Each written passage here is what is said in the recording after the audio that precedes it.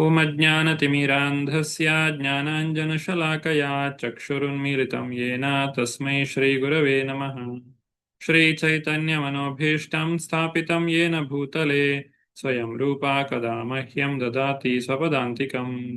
ವಂದೇಹಂ ಶ್ರೀಗುರು ಶ್ರೀಯುತಾಪದಕಮಲಂ ಶ್ರೀಗುರೂನ್ ವೈಷ್ಣವಾಂಶ್ಚ ಶ್ರೀರೂಪಂ ಸಾಗ್ರಜಾತಂ ಸಹಗಣ ರಘುನಾಥಾನ್ವಿತಂ ತಂ ಸಜೀವಂ ಸಾದ್ವೈತಂ ಸಾವಧೂತಂ ಪರಿಜನಸಹಿತಂ ಕೃಷ್ಣಚೈತನ್ಯದೇವಂ ಶ್ರೀರಾಧಾಕೃಷ್ಣಪಾದಾನ್ ಸಹಗಣ ಲಲಿತಾ ಶ್ರೀವಿಶಾಖಾನ್ವಿತಾಂಶ್ಚ.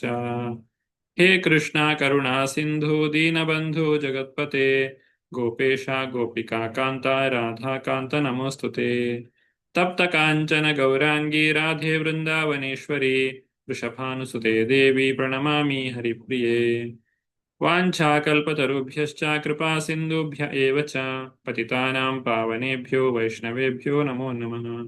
ನಮಃ ಓಂ ವಿಷ್ಣುಪಾದಾಯ ಕೃಷ್ಣಪ್ರೇಷ್ಠಾಯ ಭೂತಲೆ ಶ್ರೀಮತೆ ಭಕ್ತಿವೇದಾಂತ ಸ್ವಾಮಿನಿತಿ ನಾಮಿನೇ.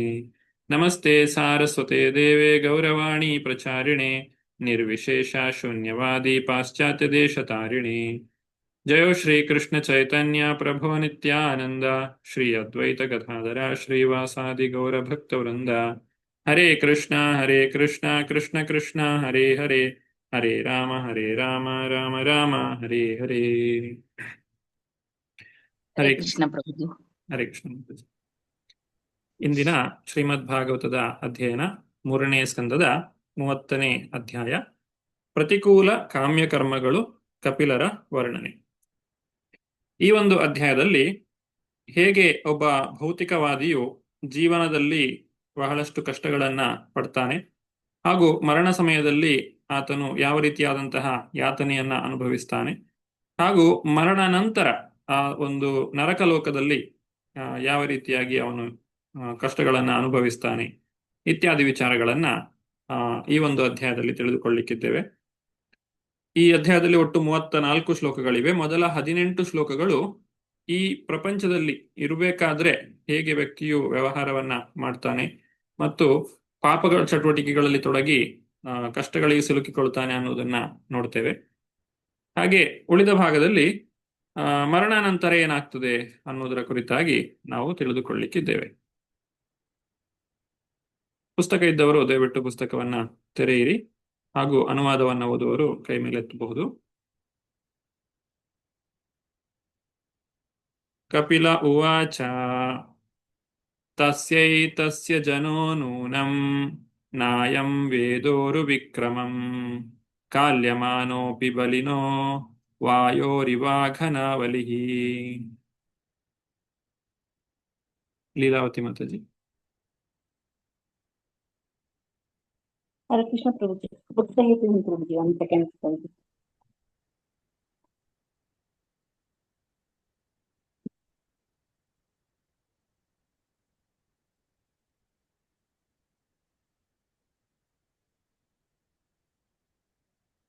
ಸಾರಿ ಪ್ರಭುಜಿ, ಓದ್ತೇನೆ ಪ್ರಭುಜಿ.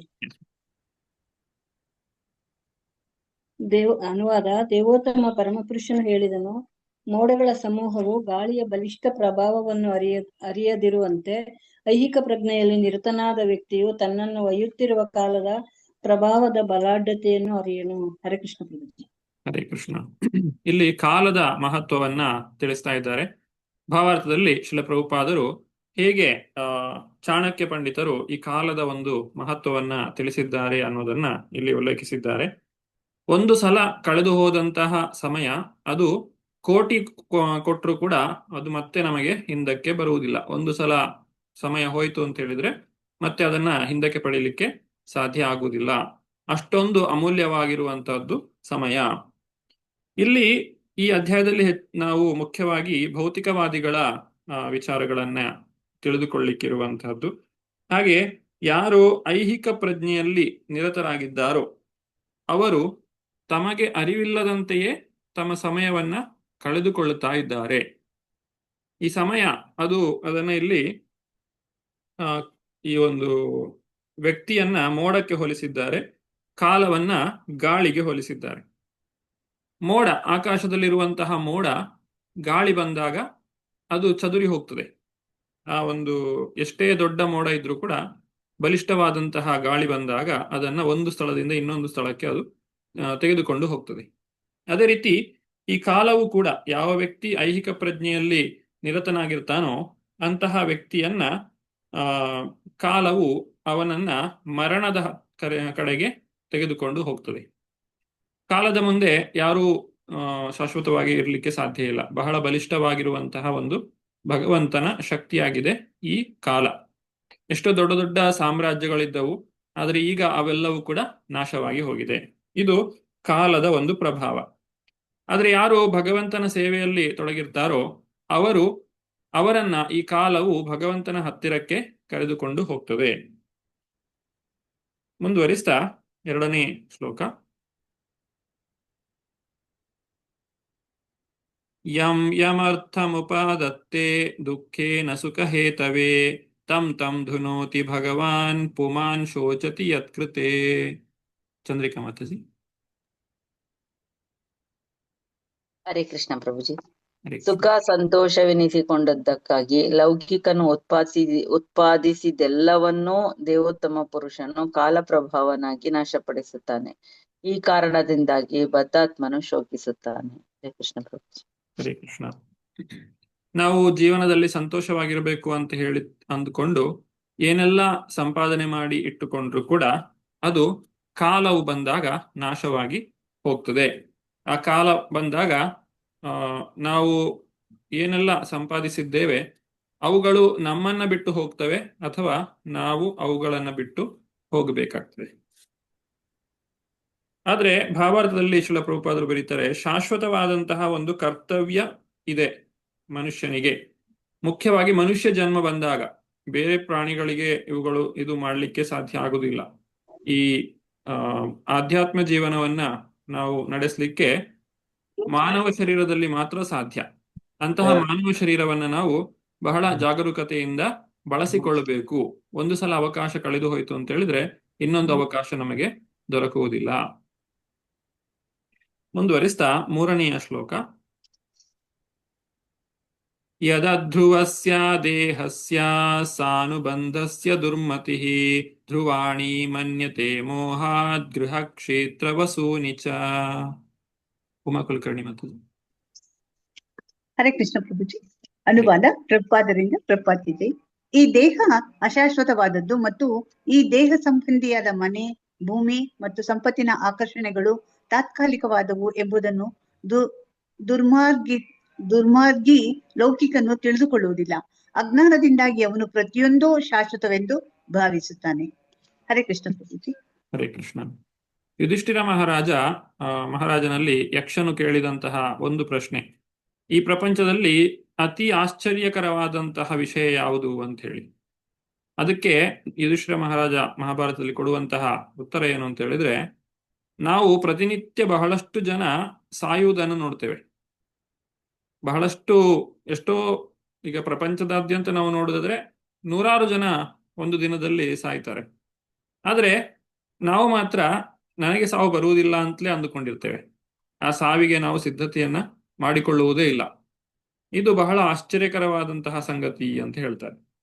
ಹಾಗೆ ಈ ಒಂದು ದೇಹ ಮತ್ತು ಈ ದೇಹಕ್ಕೆ ಸಂಬಂಧಪಟ್ಟಂತಹ ವಿಷಯ ವಸ್ತುಗಳು ಇದೆಲ್ಲವೂ ಕೂಡ ಶಾಶ್ವತ ಅಂತ ಹೇಳಿ ನಾವು ತಿಳಿದುಕೊಂಡಿರ್ತೇವೆ. ಆದ್ರೆ ಇದು ಯಾವುದು ಕೂಡ ಶಾಶ್ವತ ಅಲ್ಲ. ಇದೆಲ್ಲವೂ ಕೂಡ ತಾತ್ಕಾಲಿಕವಾಗಿರುವಂತಹದ್ದು. ಹೀಗೆ ತಾತ್ಕಾಲಿಕವಾದಂತಹ ವಸ್ತುಗಳಲ್ಲಿ ನಾವು ಶಾಶ್ವತವಾದಂತಹ ಸಂತೋಷವನ್ನು ಪಡೆಯಲಿಕ್ಕೆ ಸಾಧ್ಯ ಆಗುವುದಿಲ್ಲ. ನಾವು ಪಡೆಯುವಂತಹ ಸಂತೋಷವು ಕೂಡ ಅದು ತಾತ್ಕಾಲಿಕವಾಗಿಯೇ ಇರುತ್ತದೆ. ಜಂತುರ್ವೈಭವ ಏತಸ್ಮಿನ್ ಯಾಂ ಯಾಂ ಯೋನಿಮನುವ್ರಜೇತ್ ತಸ್ಯಾಂ ತಸ್ಯಾಂ ಸಲಭತೆ ನಿವೃತ್ತಿಂ ನ ವಿರಜ್ಯತೆ. ಲೀಲಾವತಿ ಮಾತಾಜಿ. ಅನುವಾದ ಹರಕೃಷ್ಣ ಪ್ರಭುಜಿ. ಅನುವಾದ: ಜೀವಿಯು ಯಾವ ಜೀವಜಾತಿಯಲ್ಲಿ ಜನಿಸುತ್ತಾನೋ ಆ ಜೀವಜಾತಿಯಲ್ಲಿ ವಿಶಿಷ್ಟವಾದ ಬಗೆಯ ತೃಪ್ತಿ ಹೊಂದುತ್ತಾನೆ. ಅವನು ಅಂತಸ್ಥಿತಿಯಲ್ಲಿರಲು ಅಸಹ್ಯ ಪಡುವುದಿಲ್ಲ. ಹರಕೃಷ್ಣ ಪ್ರಭುಜಿ. ಹರೇ ಕೃಷ್ಣ. ಮಾಯೆಯು ಜೀವಿಗಳನ್ನ 2 ರೀತಿಯಲ್ಲಿ ಆವರಿಸ್ತದೆ ಅಂತ ಹೇಳ್ತಾರೆ. ಅದನ್ನ ಭಾವಾರ್ಥದಲ್ಲಿ ಶ್ರೀಲ ಪ್ರಭುಪಾದರು ಹೇಳ್ತಾರೆ. ಆವರಣಾತ್ಮಿಕ ಶಕ್ತಿ ಮತ್ತೆ ಪ್ರಕ್ಷೇಪಾತ್ಮಿಕ ಶಕ್ತಿ ಅಂತ ಹೇಳ್ತಾರೆ. ಆವರಣಾತ್ಮಿಕ ಶಕ್ತಿ ಅಂತ ಹೇಳಿದ್ರೆ ನಮ್ಮ ಈ ಜ್ಞಾನವನ್ನ ಆವರಿಸಿ ಬಿಡುವಂತಹದ್ದು. ಜೀವಾತ್ಮ, ನಾನು ಜೀವಾತ್ಮ ಅನ್ನುವುದನ್ನ ಮರೆತು ಬಿಡುವಂತಹದ್ದು. ಈ ಶರೀರವೇ ತಾನು ಅಂತ ತಿಳ್ಕೊಳ್ಳುವುದು, ಈ ಶರೀರಕ್ಕೆ ಸಂಬಂಧಪಟ್ಟದ್ದೆಲ್ಲ ತನ್ನದು ಅಂತ ತಿಳ್ಕೊಳ್ಳುವಂತಹದ್ದು. ಈ ಶರೀರವು ನಾಶವಾದಾಗ ಜೀವಾತ್ಮ ತಾನೂ ನಾಶವಾಗಿ ಹೋಗ್ತೇನೆ ಅಂತ ಹೇಳಿ ಭಯ ಪಡುವಂತಹದ್ದು. ಇದೆಲ್ಲವೂ ಕೂಡ ಆವರಣಾತ್ಮಿಕ ಶಕ್ತಿ, ಆವರಿಸುವಂತಹದ್ದು. ಇನ್ನು ಪ್ರಕ್ಷೇಪಾತ್ಮಿಕ ಶಕ್ತಿ ಅಂತ ಹೇಳಿದ್ರೆ ನಮಗೆ ಜ್ಞಾನವು ದೊರಕ್ತ ಮೇಲೂ ಕೂಡ, ಅಥವಾ ಸತ್ಯವನ್ನ ನಾವು ಯಾವುದು ಅಂತ ಹೇಳಿ ತಿಳಿದುಕೊಂಡ ಮೇಲೂ ಕೂಡ ನಮಗೆ ಆಧ್ಯಾತ್ಮ ಒಂದು ಸಾಧನೆಯಲ್ಲಿ ಸಾಧನೆಯನ್ನ ಮಾಡಲಿಕ್ಕೆ ಸಾಧ್ಯವಾಗದೇ ಇರುವಂತಹದ್ದು. ಇದನ್ನ ಕಳಕ್ಕೆ ಎಳೆಯುವುದು ಅಂತ ಹೇಳ್ತಾರೆ. ಈಗ ಭಗವದ್ಗೀತೆಯಲ್ಲಿ ನಾವು ಓದ್ತೇವೆ, ನಾನು ಈ ಶರೀರ ಅಲ್ಲ, ಜೀವಾತ್ಮ, ಈ ಜೀವಾತ್ಮನು ಭಗವಂತನ ನಿತ್ಯ ಸೇವಕ, ಜೀವರ ಸ್ವರೂಪ ಕೃಷ್ಣರ ನಿತ್ಯ ದಾಸ ಅಂತ ಹೇಳಿ ತಿಳ್ಕೊಂಡ್ರೂ ಕೂಡ ಆ ಒಂದು ದಾರಿಯಲ್ಲಿ ನಡಿಲಿಕ್ಕೆ ನಮಗೆ ಸಾಧ್ಯವಾಗದೇ ಇರುವಂತಹದ್ದು, ಅದನ್ನು ಕೂಡ ಮಾಯೆ ಅಂತ ಹೇಳಿ ಹೇಳ್ತಾರೆ. ಅದನ್ನ ಇಲ್ಲಿ ಪ್ರಕ್ಷೇಪಾತ್ಮಿಕ ಶಕ್ತಿ ಅಂತ ಹೇಳಿ ಕರೆದಿದ್ದಾರೆ. ಹೀಗೆ ಈ ಎರಡು ರೀತಿಯಾದಂತಹ ಮಾಯೆಗಳಿಂದ ನಾವು ಆವೃತರಾಗಿದ್ದೇವೆ. ಇದರಿಂದಾಗಿ ಏನಾಗ್ತದೆ, ಜೀವಿಗಳು ಶರೀರವನ್ನ ಪಡೆದಾಗ, ಭೌತಿಕವಾದಂತಹ ಶರೀರವನ್ನ ಪಡೆದಾಗ ಆ ಶರೀರದಲ್ಲಿ ಬಹಳಷ್ಟು ಕಷ್ಟಗಳಿರ್ತವೆ. ಈಗ ಒಂದು ಪ್ರಾಣಿಯಾಗಿ ಅಥವಾ ಪಕ್ಷಿಯಾಗಿ ಜೀವನವನ್ನ ಪಡೆದಾಗ, ಶರೀರವನ್ನ ಪಡೆದಾಗ ನಾವು ಕಾಣಬಹುದು, ಈ ಒಂದು ಪ್ರಾಣಿಗಳು ಪಕ್ಷಿಗಳು ಆಹಾರವನ್ನು ಸೇವಿಸುವಾಗ ಎಷ್ಟೊಂದು ಭಯ ಪಡ್ತವೆ ಅಂತ ಹೇಳಿ. ಒಂದು ಕಾಗೆ ಅದು ಅಥವಾ ಒಂದು ಪಾರಿವಾಳ ಅದು ಆಹಾರವನ್ನ ತಿನ್ನುವಾಗ ಬಹಳ ಆಚೆ ಈಚೆ ಎಲ್ಲ ನೋಡ್ತಾ ಇರ್ತದೆ, ಯಾರು ಬಂದು ನನ್ನ ಮೇಲೆ ಆಕ್ರಮಣವನ್ನ ಮಾಡ್ತಾರೆ ಅಂತ ಹೇಳಿ. ಅಂತಹ ಒಂದು ಭಯದ ಸ್ಥಿತಿಯಲ್ಲಿ ಅವುಗಳು ಜೀವಿಸ್ತಾ ಇರ್ತವೆ. ಆದ್ರೂ ಕೂಡ ಆ ಜೀವನವನ್ನ ಬಿಟ್ಟು ಹೋಗ್ಲಿಕ್ಕೆ ಅವರಿಗೆ ಮನಸ್ಸು ಇರುವುದಿಲ್ಲ. ಯಾಕಂದ್ರೆ ಅಲ್ಲಿಯೇ ಅವುಗಳಿಗೆ ಸಂತೋಷ, ಆ ಒಂದು ಇದ್ದದರಲ್ಲೇ ಸಂತೋಷದಿಂದ ಇರುವಂತಹ ಒಂದು ಪರಿಸ್ಥಿತಿಯನ್ನ ಆ ಮಾಯೆಯು ಅವುಗಳಿಗೆ ಮಾಡಿಕೊಡುತ್ತದೆ. ಇದರಿಂದ ಜೀವಾತ್ಮನು ಈ ಒಂದು ಭೌತಿಕವಾದಂತಹ ಬದ್ಧ ಸ್ಥಿತಿಯಿಂದ ಹೊರಗೆ ಬರಲಿಕ್ಕೆ ಪ್ರಯತ್ನವನ್ನ ಮಾಡುವುದಿಲ್ಲ. ಮುಂದಿನ ಶ್ಲೋಕ. ನರಕಸ್ತೋಪಿ ದೇಹಂ ವೈ ನಾಪುಮಾಂಸ್ತ್ಯಕ್ತುಮಿಚ್ಛತಿ ನಾರಕ್ಯಾಂ ನಿವೃತೌ ತಸ್ಯಾಂ ದೇವ ಮಾಯಾ ವಿಮೋಹಿತಃ. ಚಂದ್ರಿಕಾ ಮಾತಾಜಿ. ಹರೇ ಕೃಷ್ಣ ಪ್ರಭುಜಿ. ಬದ್ಧ ಜೀವಿಯು ತನ್ನ ನಿರ್ದಿಷ್ಟ ಜೀವಜಾತಿಯಲ್ಲಿ ಸಂತೃಪ್ತನು. ಮಾಯಾಶಕ್ತಿಯ ಆವೃತ ಪ್ರಭಾವದಿಂದಾಗಿ ಮರುಳಾಗಿ ಅವನು ನರಕದಲ್ಲಿದ್ದರೂ ತನ್ನ ದೇಹ ಬಿಡುವ ಇಚ್ಛೆ ತೋರುವುದಿಲ್ಲ. ನರಕದಲ್ಲಿದ್ದಾಗಲೂ ಅವನು ನರಕ ಭೋಗದಲ್ಲಿ ಸಂತೋಷ ಪಡುತ್ತಾನೆ. ಹರೇ ಕೃಷ್ಣ ಪ್ರಭುಜಿ. ಹರೇ ಕೃಷ್ಣ. ಇದಕ್ಕೆ ಒಂದು ಉದಾಹರಣೆ, ಇಂದ್ರನ ಉದಾಹರಣೆಯನ್ನ ಪ್ರಭುಪಾದರು ಕೊಡ್ತಾರೆ. ಒಮ್ಮೆ ದುರ್ನಡತೆಯಿಂದಾಗಿ ಬೃಹಸ್ಪತಿಯ ಶಾಪಕ್ಕೊಳಗಾದಂತಹ ಇಂದ್ರ ಒಂದು ಹಂದಿಯಾಗಿ ಜನ್ಮವನ್ನು ತಾಳ್ತಾನೆ. ಹೀಗೆ ಆತನು ಹಂದಿಯಾಗಿ ಜನ್ಮವನ್ನ ತಾಳಿದಾಗ ಇಂದ್ರಲೋಕದಲ್ಲಿ ಯಾರು ಇರುವುದಿಲ್ಲ ಆ ಒಂದು ರಾಜನ ಸ್ಥಾನಕ್ಕೆ, ಇಂದ್ರನ ಪದವಿಗೆ.